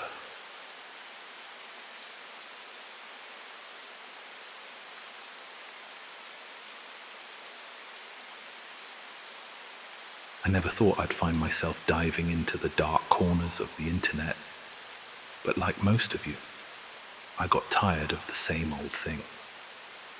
Social media felt fake, perfect photos, staged moments, nothing real. I'm sure you've scrolled through your feed and thought, is anyone actually happy? Or are we all just pretending? I wanted something different, something real. That's how I ended up on the Sanctum. It started like any other night, sitting in my room, the soft hum of my computer filling the silence. I'd been down internet rabbit holes before. We all have, right? 1 minute you're watching a video about weird facts, and the next, you're 5 pages deep in a thread about secret societies. That night I found an obscure forum link buried in some random discussion. It looked sketchy, but curiosity got the better of me. The Sanctum. The name alone got me interested. The site itself was simple, almost empty, but it had this weird vibe, like it was watching you as much as you were watching it. They called it a place for people who felt lost, a spot where folks could be themselves without being judged. And honestly, I needed that, so I signed up, picking the username The Seeker, because, well, that's what I was. Always looking for something more than the usual daily grind. At first, I just lurked, reading through the posts. It wasn't like the usual junk you see online.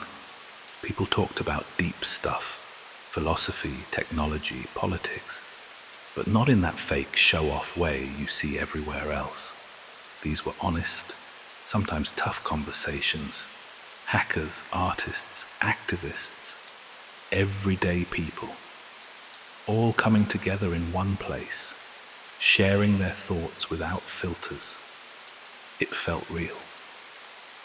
I started posting little things, a few thoughts here and there, some of my music, a poem I never had the guts to share anywhere else, and people responded, not with likes or emojis, but real feedback, encouragement, honest opinions. It felt good to finally belong somewhere. But the Sanctum wasn't just a forum. It was more than that. A place where being anonymous could be a good thing, or a really bad thing, depending on how you used it. Everyone had a secret. I'm sure you do too. And when a thread appeared titled, "What is the price of truth?" it felt like bait on a hook. The Oracle, the person who started it, challenged everyone to share their darkest secret, in exchange for a truth that could change everything. I wasn't sure. I mean, who would be? We all have things we'd rather keep hidden, but I couldn't resist. Eventually, I gave in. I typed out something I'd never told anyone, something from my childhood that still haunted me, that shaped who I was in ways I didn't like to admit. I hit submit, and for a second, it felt like a weight had lifted. But then, the replies started coming in. People shared everything. Affairs, crimes, fears, regrets. It was overwhelming. Some secrets were harmless, like embarrassing stories from years ago. But others, they were dark. Really dark. The kind of stuff that sticks with you. And then, the Oracle responded. "You have shared your truths. Now, it is my turn." A link appeared. I stared at it for a long time before clicking. It led to a hidden site filled with weird files, creepy pictures, and strange messages. It was like peeling back a layer of the world I never knew existed. Conspiracies, secret plans, things that made me question everything. The more I read, the more trapped I felt, like the walls of my world were closing in. And that's when I realized something scary. The Oracle wasn't just sharing information. They were watching us, using us. Our secrets were their leverage, and suddenly, the sanctum didn't feel so safe anymore. I wasn't alone though. A few others started seeing the same patterns, feeling the same worry. We formed a small group, trying to figure out who the Oracle really was, what they wanted, what we found. It wasn't just one person. It was a group, powerful people, using the forum to control us, to push their own plans. We fought back, exposing them from the inside, breaking their grip, but it came at a cost. Friendships were ruined, trust was broken. Some people just disappeared, their accounts wiped like they never existed. I barely made it out myself. Now, when I look back, I wonder if it was worth it. The truth, as freeing as it was, came with a heavy price. But I learned something important. The internet is a dark place, and being anonymous isn't always a good thing. Sometimes it's a trap. So if you ever find yourself lurking in places you shouldn't, asking questions you might not want the answers to, be careful, because once you see the truth, there's no going back.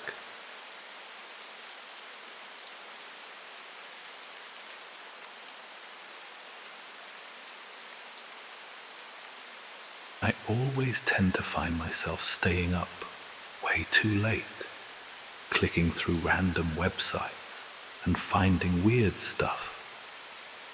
That's how I ended up on a dark website that tracked people's sleep habits. It seemed pretty harmless at first, just a bunch of people sharing their sleep data.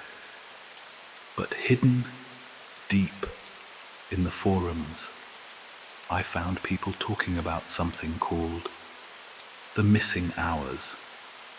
Some people said they would go to sleep and wake up feeling like they had lost time, but not in the usual way. They swore whole parts of their lives were just missing.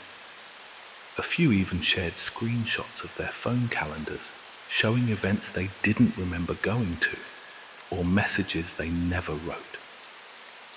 At first, I thought it was just made-up nonsense, but I started paying more attention to my own sleep. I put my phone by my bed and set up a camera to record myself overnight. The first few nights, everything seemed normal, but then I noticed something weird. There were gaps in the footage, a few minutes missing here and there, like someone had cut parts out. One morning, I woke up with dirt under my fingernails and my legs, feeling sore, like I'd been running all night. The scariest part was when I checked my phone. There were new contacts I didn't recognize, with numbers that didn't match anything real. I tried calling one of them, but the line went dead after a single ring. Then I started getting weird texts, random words, phrases, and times. It felt like someone was trying to send me a message, or maybe a warning. After that, I tried to stay awake as much as possible. But even when I thought I was awake, I'd still lose time. I'd be sitting on the couch watching TV, and suddenly it would be morning, and I'd be in a completely different spot in my apartment. I don't know if it's the dark web messing with me, or if something else is happening. Either way, I don't feel like myself anymore. Then I started noticing strange things in my apartment. My keys would show up in places I never put them. My shoes would be muddy, even though I hadn't gone outside. Sometimes, when I looked in the mirror, my reflection seemed off. just for a second, like it wasn't really me looking back. The lack of sleep was making me feel crazy. I left the lights on at night, kept the TV running, but nothing helped. I even had a friend stay over, but that didn't stop it. One morning, I woke up on the floor with bruises all over my arms, and my friend was gone. When I called him, he swore he never came over in the first place. I checked my camera footage again, and this time it was even worse. There were longer gaps. In some parts of the recording, I wasn't even in my bed anymore. Then I found a video I don't remember recording. It showed me standing in my living room, staring at the camera with a blank face, whispering something. When I turned up the volume, I could only just hear the words, "Don't look for me." I don't remember saying that, but it was definitely my voice. That dark website I found. It's gone now. I tried finding it again, but it's like it never existed. And no matter what I do, I can't shake the feeling that this isn't over. Every night, it feels like something is counting down to something I don't want to know. Now, I keep waking up in different places, sometimes even miles from my apartment. My car has been parked in places I never go to, and once I woke up on a park bench with my phone wiped clean. My bank account shows tiny purchases I didn't make. Little things, barely noticeable, but enough to make me wonder who's using my life when I'm not. I'm getting really paranoid. I started taping my doors shut before bed, marking my tires with chalk, and setting up motion sensors in my apartment. But every morning, they're disturbed. Someone or something is moving around while I sleep. A few nights ago, I found a note under my door. It was written in my handwriting and just said, "Stop looking." But I don't remember writing it. I don't even own any paper. I don't think I'll ever figure out the truth. Maybe I shouldn't even try. But every time I close my eyes, I wonder if I'll wake up at all, or if I'll just disappear completely.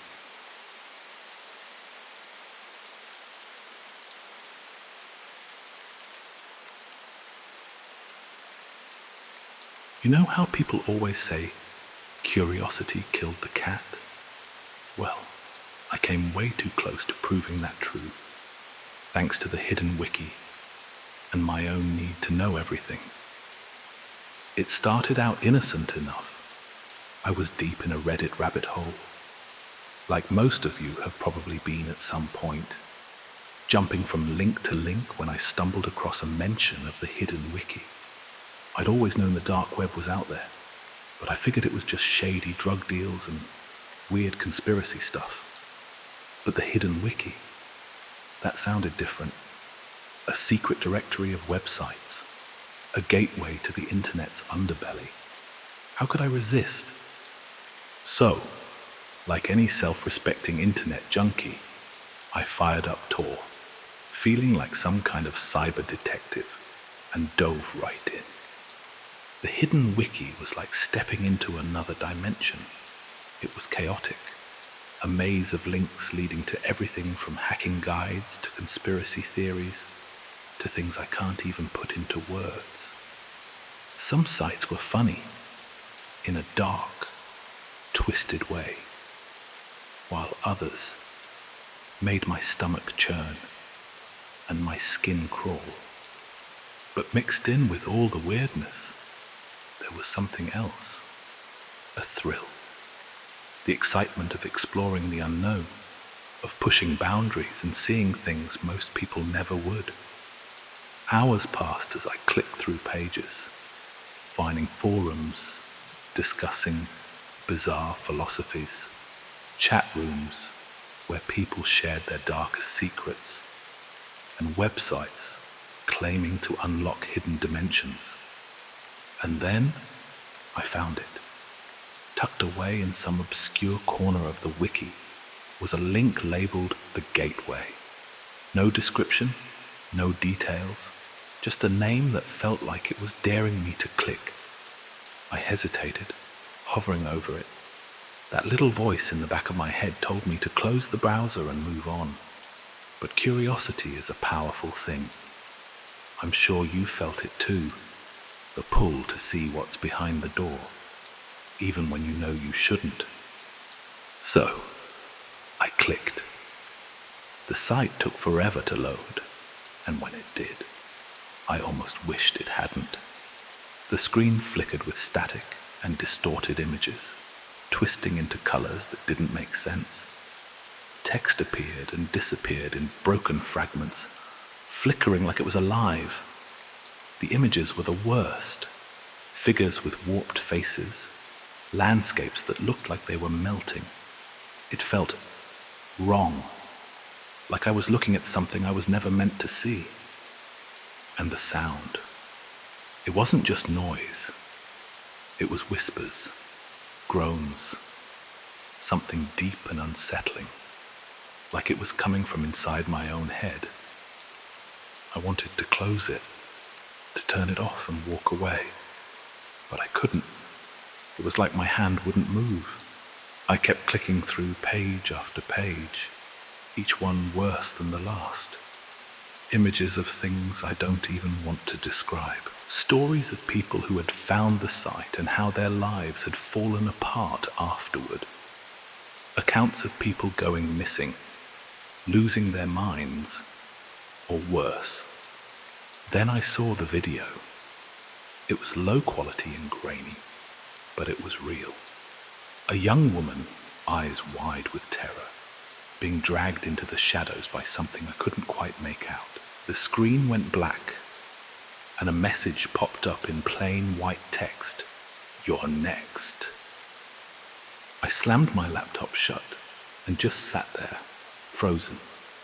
My heart was racing, and I could swear the room felt colder. Every shadow seemed darker, every creak in my apartment louder. I ripped the power cord out of the wall, shut everything down, and tried to convince myself it was all just some elaborate hoax. But the fear wouldn't go away. It was in my bones, this overwhelming sense that something was watching me. For the next few days, I couldn't shake it. I jumped at every sound. Every unexpected notification on my phone sent my pulse racing. Sleep was impossible. Every time I closed my eyes, I saw that message, that woman. I tried telling myself it was just a prank site meant to scare people like me, but deep down, I knew better. I stayed off the dark web after that. I deleted Tor, wiped my history, and tried to pretend none of it ever happened. But even now, I feel it lingering. Late at night, when everything's quiet, I swear I can still hear those whispers.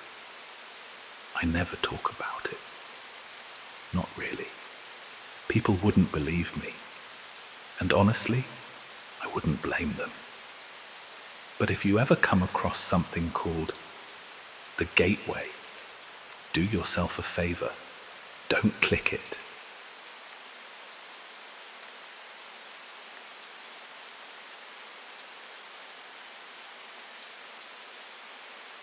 It started with an email. Just a plain, unassuming email. The kind that usually gets lost in the sea of promotions and newsletters clogging up an inbox. But this one was different. The subject line stood out from the rest. At first, it seemed like spam, the typical phishing attempt designed to scare someone into clicking a malicious link. Like most of you, I've seen enough of those to know better. But something about it felt off. Maybe it was the timing, arriving at 3 a.m. when everything was still and the mind was most vulnerable. Or maybe it was that nagging curiosity, the kind that compels people to peek behind curtains they probably shouldn't. Whatever it was, Curiosity 1. The message was brief but unsettling.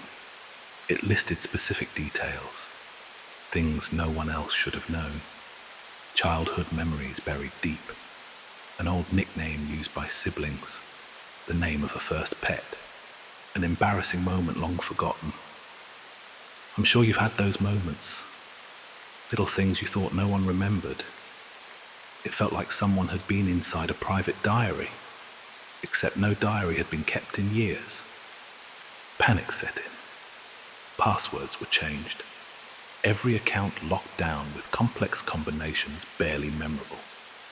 Virus scans ran through the computer, searching for hidden threats. Online activity logs were scrutinized. Every recent login inspected for suspicious activity, but nothing. Everything seemed normal. Bank accounts were untouched. Social media remained undisturbed, and emails showed no signs of interference. Still, the feeling of exposure lingered, like something was lurking just out of sight. Then the messages started appearing in the most unexpected places. Anonymous posts on forgotten forums, random comments on barely used social media accounts, even tucked away in the comments section of an old blog, short, cryptic reminders that someone was watching. The unease grew stronger with every passing day. Paranoia crept in, shadows at the edge of vision, fleeting shapes in the dark. Nighttime brought whispers, faint, almost inaudible, yet persistent enough to disrupt sleep. Social media accounts were deleted, online presence reduced to the bare minimum. Disconnecting entirely from the digital world seemed tempting, but not realistic.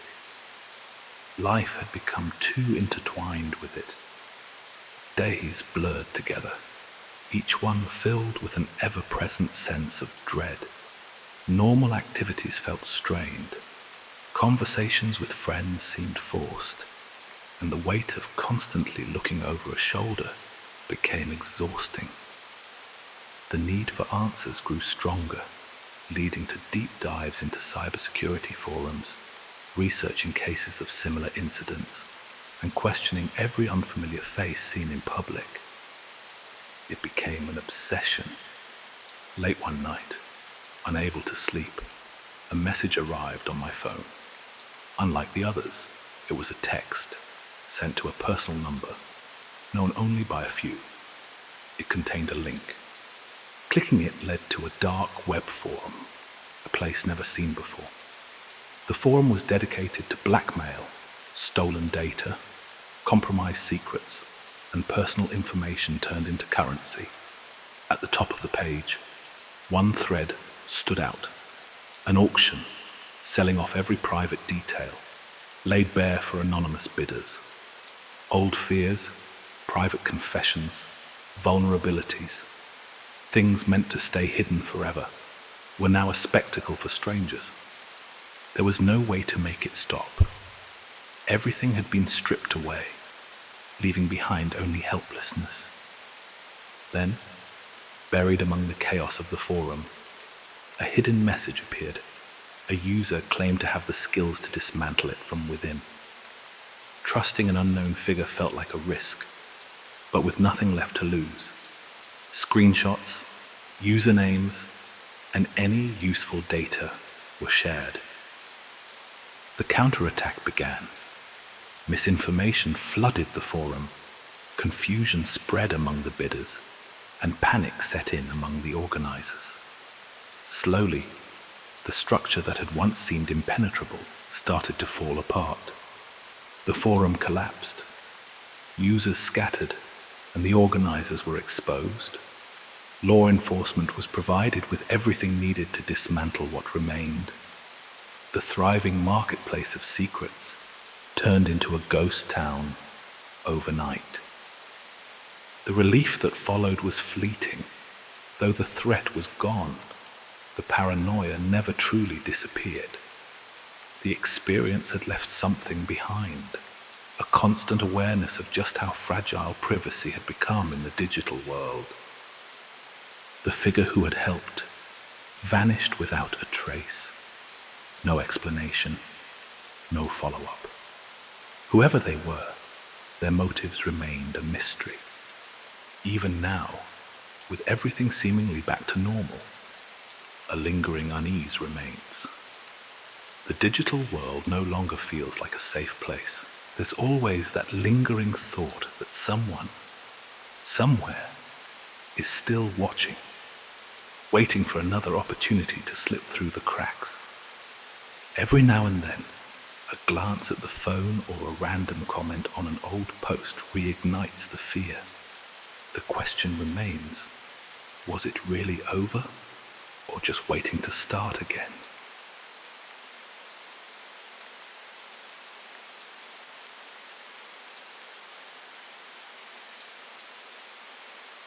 I've always had a habit of staying up too late, diving into the depths of the internet.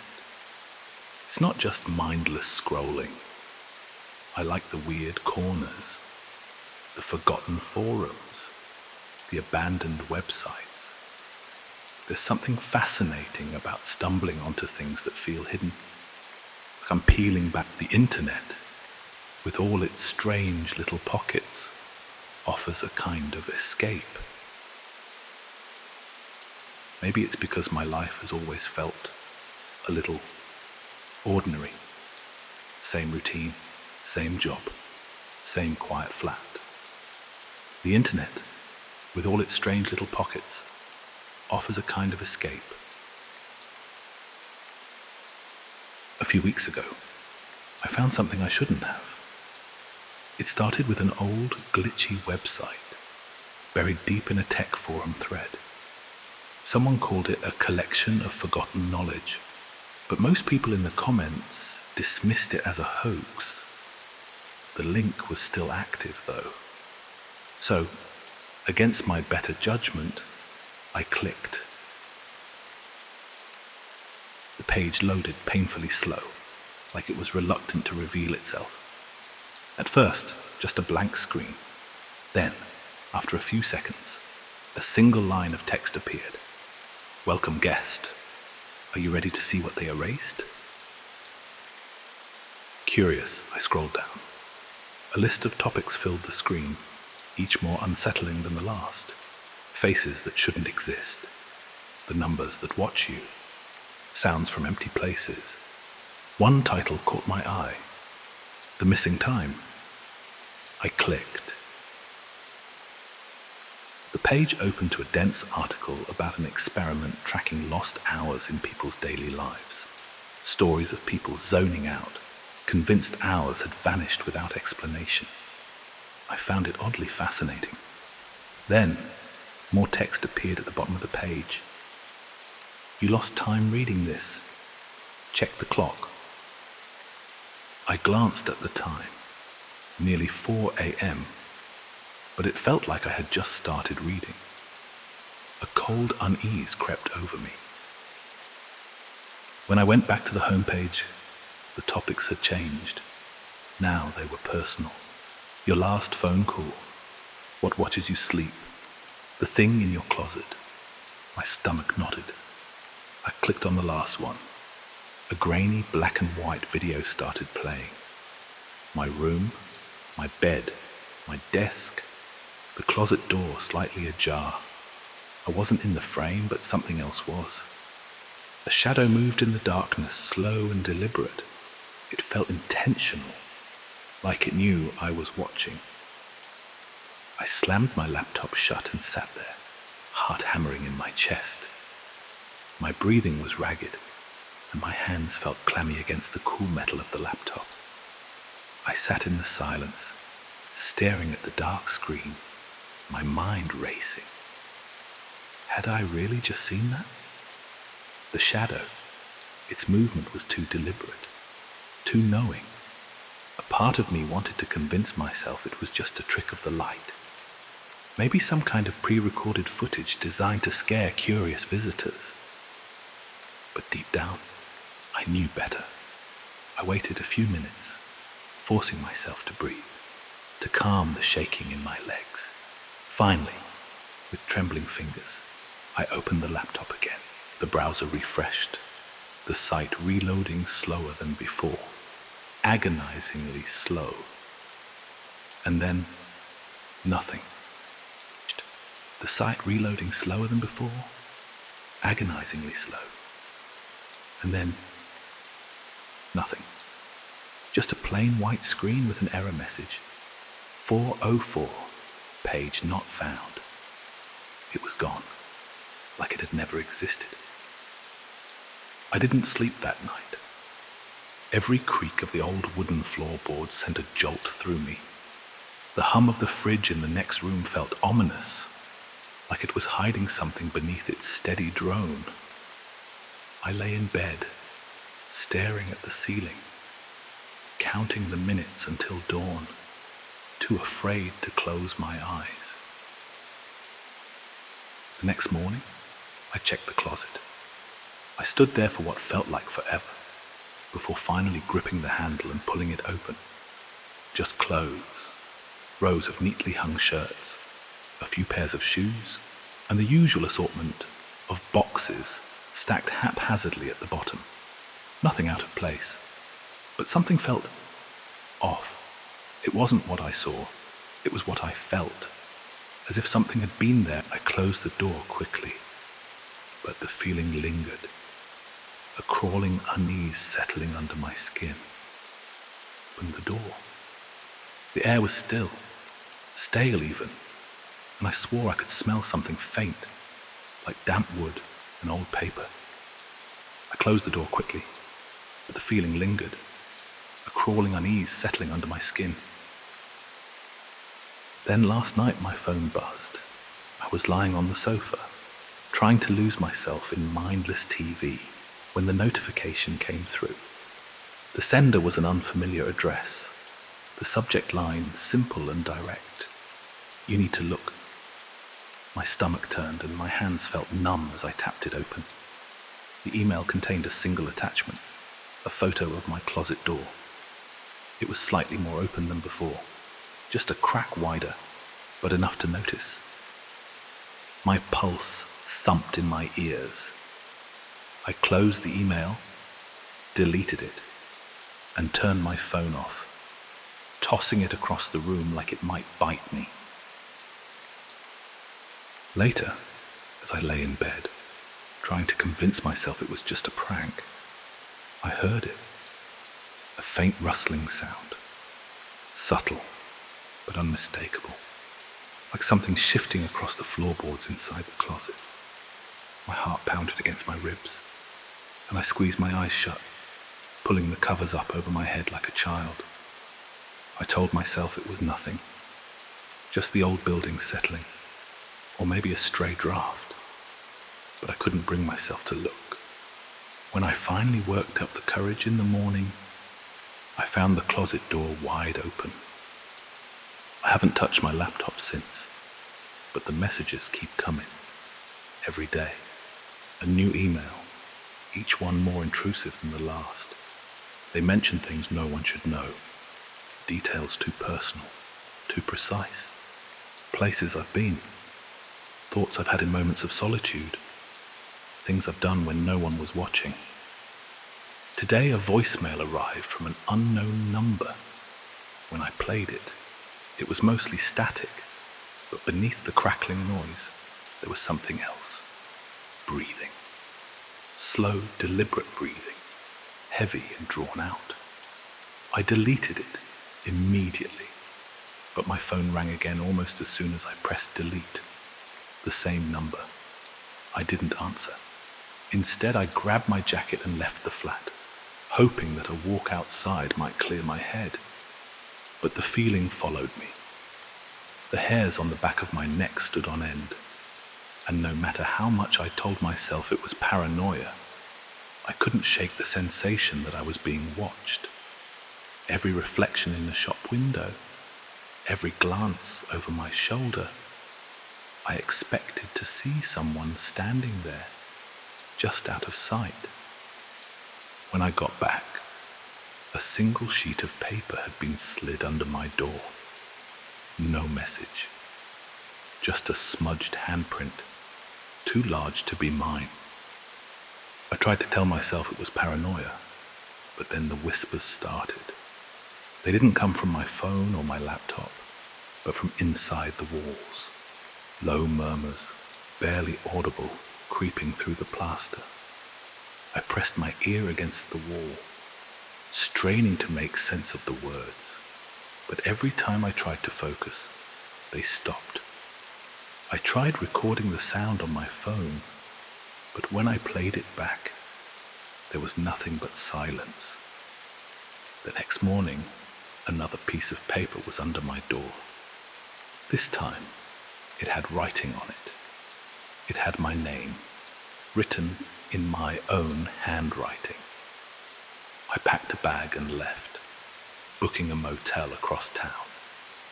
I thought putting distance between me and the flat would help, but the emails followed me, blank messages with timestamps marking the exact moment I opened the last one. Then came the photos, pictures of my motel door from the hallway. I checked outside, but the corridor was empty. Last night, I blocked the email, turned off my phone, and tried to sleep. Around 3 a.m., there was a knock at the door. Soft at first, then louder. I sat frozen in bed, watching the handle slowly begin to turn. It rattled gently against the lock. My heart pounded in my chest, and I could barely breathe. The lock held, but I didn't sleep after that. This morning, I checked out and went home. I wanted to believe it was over, that maybe I'd just been imagining things. But the air inside felt wrong, heavy, cold, almost suffocating. And when I stepped into my bedroom, my stomach dropped. The closet door was open again. Inside, something I hadn't seen in years. An old stuffed toy from my childhood, its head tilted to the side, button eyes staring at me, unblinking. I felt sick. I don't know how much longer I can stay here. The messages, the whispers, the feeling that I'm never really alone. It's getting worse. And tonight, as I sit here writing this, I hear footsteps in the hallway outside. Slow, deliberate, stopping just outside my door. I don't think I locked it this time.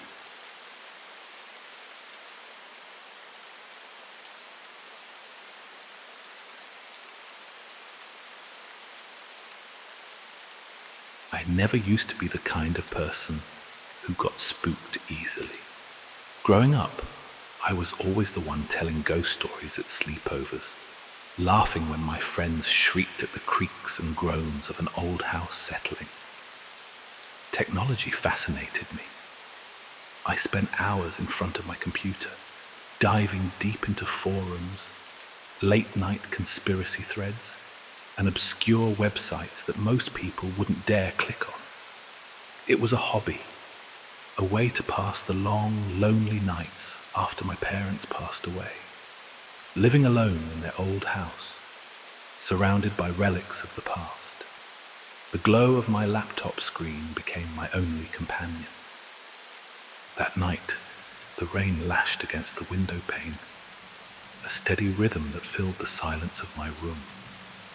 The TV hummed softly in the background, its dull drone failing to distract me from my thoughts. I scrolled mindlessly, diving deeper and deeper into the internet's endless void, until I stumbled upon something that made me pause.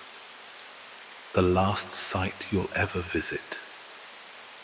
The words burned into my mind the moment I saw them, stark against the black background of the page.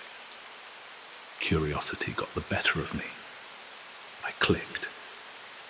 A single blinking cursor appeared. It pulsed rhythmically, almost like a heartbeat. And before I could type anything, lines of text filled the screen. My name, my address, things I had buried deep inside, secrets I'd never told a soul. My stomach clenched, and a cold sweat prickled my skin. I slammed the laptop shut, my breath coming in ragged gasps. It had to be a prank, a well-executed scare tactic, yet the gnawing feeling in my gut told me otherwise. Morning brought no relief. My inbox was flooded with cryptic emails from anonymous senders, subject lines whispering things only I would know. My phone buzzed non-stop with calls from unfamiliar numbers, messages popping up that I never sent. My meticulously organized calendar was now filled with meetings I didn't remember scheduling, with names I didn't recognize. Strangely, everyone around me seemed unbothered, as if I had planned all of this myself. No matter how many times I deleted the link from my browser history, it reappeared. I wiped my hard drive, reset my devices, even bought a brand new laptop. But it was always there, a constant reminder of the night I'd made a mistake I couldn't undo. It was like the link had become a part of me, feeding on my thoughts, my fears. Then reality itself started shifting.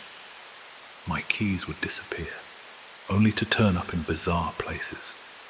My TV switched on by itself at odd hours, displaying twisted images and voices distorted beyond comprehension, whispering my name. The sense of being watched grew stronger, pressing down on me with every passing day.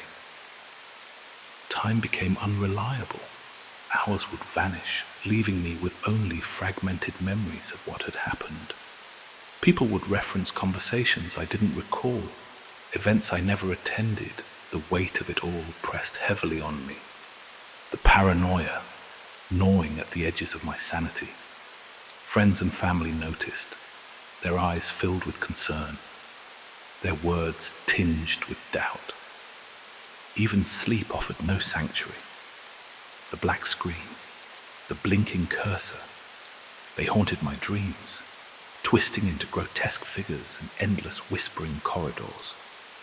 I'd wake up drenched in sweat, the taste of dread thick on my tongue.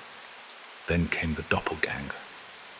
Social media accounts I hadn't created sprang up overnight, filled with pictures of me in places I'd never been, surrounded by people I'd never met. "He belongs to us now," the captions read. Every notification sent another jolt of terror through me. Desperation took hold. I smashed my phone to pieces, feeling a twisted sense of relief. But the next morning, there it was again, sitting on my nightstand, fully intact, the cursed link waiting for me. Even my reflection betrayed me. My face looked off. The features were mine, but something in the eyes was wrong, distant, as if something else was looking back at me. My clothes felt unfamiliar, like they belonged to someone else. My own existence was being rewritten, and I was powerless to stop it. I tried to run. I left the house, moved across cities, changed everything I could, but it didn't matter. The link followed me, a digital phantom that refused to let go. No matter how far I went, the whispers always found me. Then one night, exhausted and desperate, I found myself standing on a deserted street corner. The rain soaked through my clothes, but I barely noticed. My laptop sat in my hands, glowing ominously in the dark. The cursor blinked, taunting me. My hands trembled as I reached out. But before I could do anything, a car screeched to a halt beside me. A woman leaned out the window, holding up a phone. My phone, the one I had destroyed. "Looking for this?" she asked, her voice smooth, almost amused. Before I could answer, dizziness overwhelmed me. The world spun, and I collapsed onto the pavement. The last thing I saw was her cold, knowing smile as she stepped out of the car, her shadow stretching over me like a looming spectre. And then, nothing.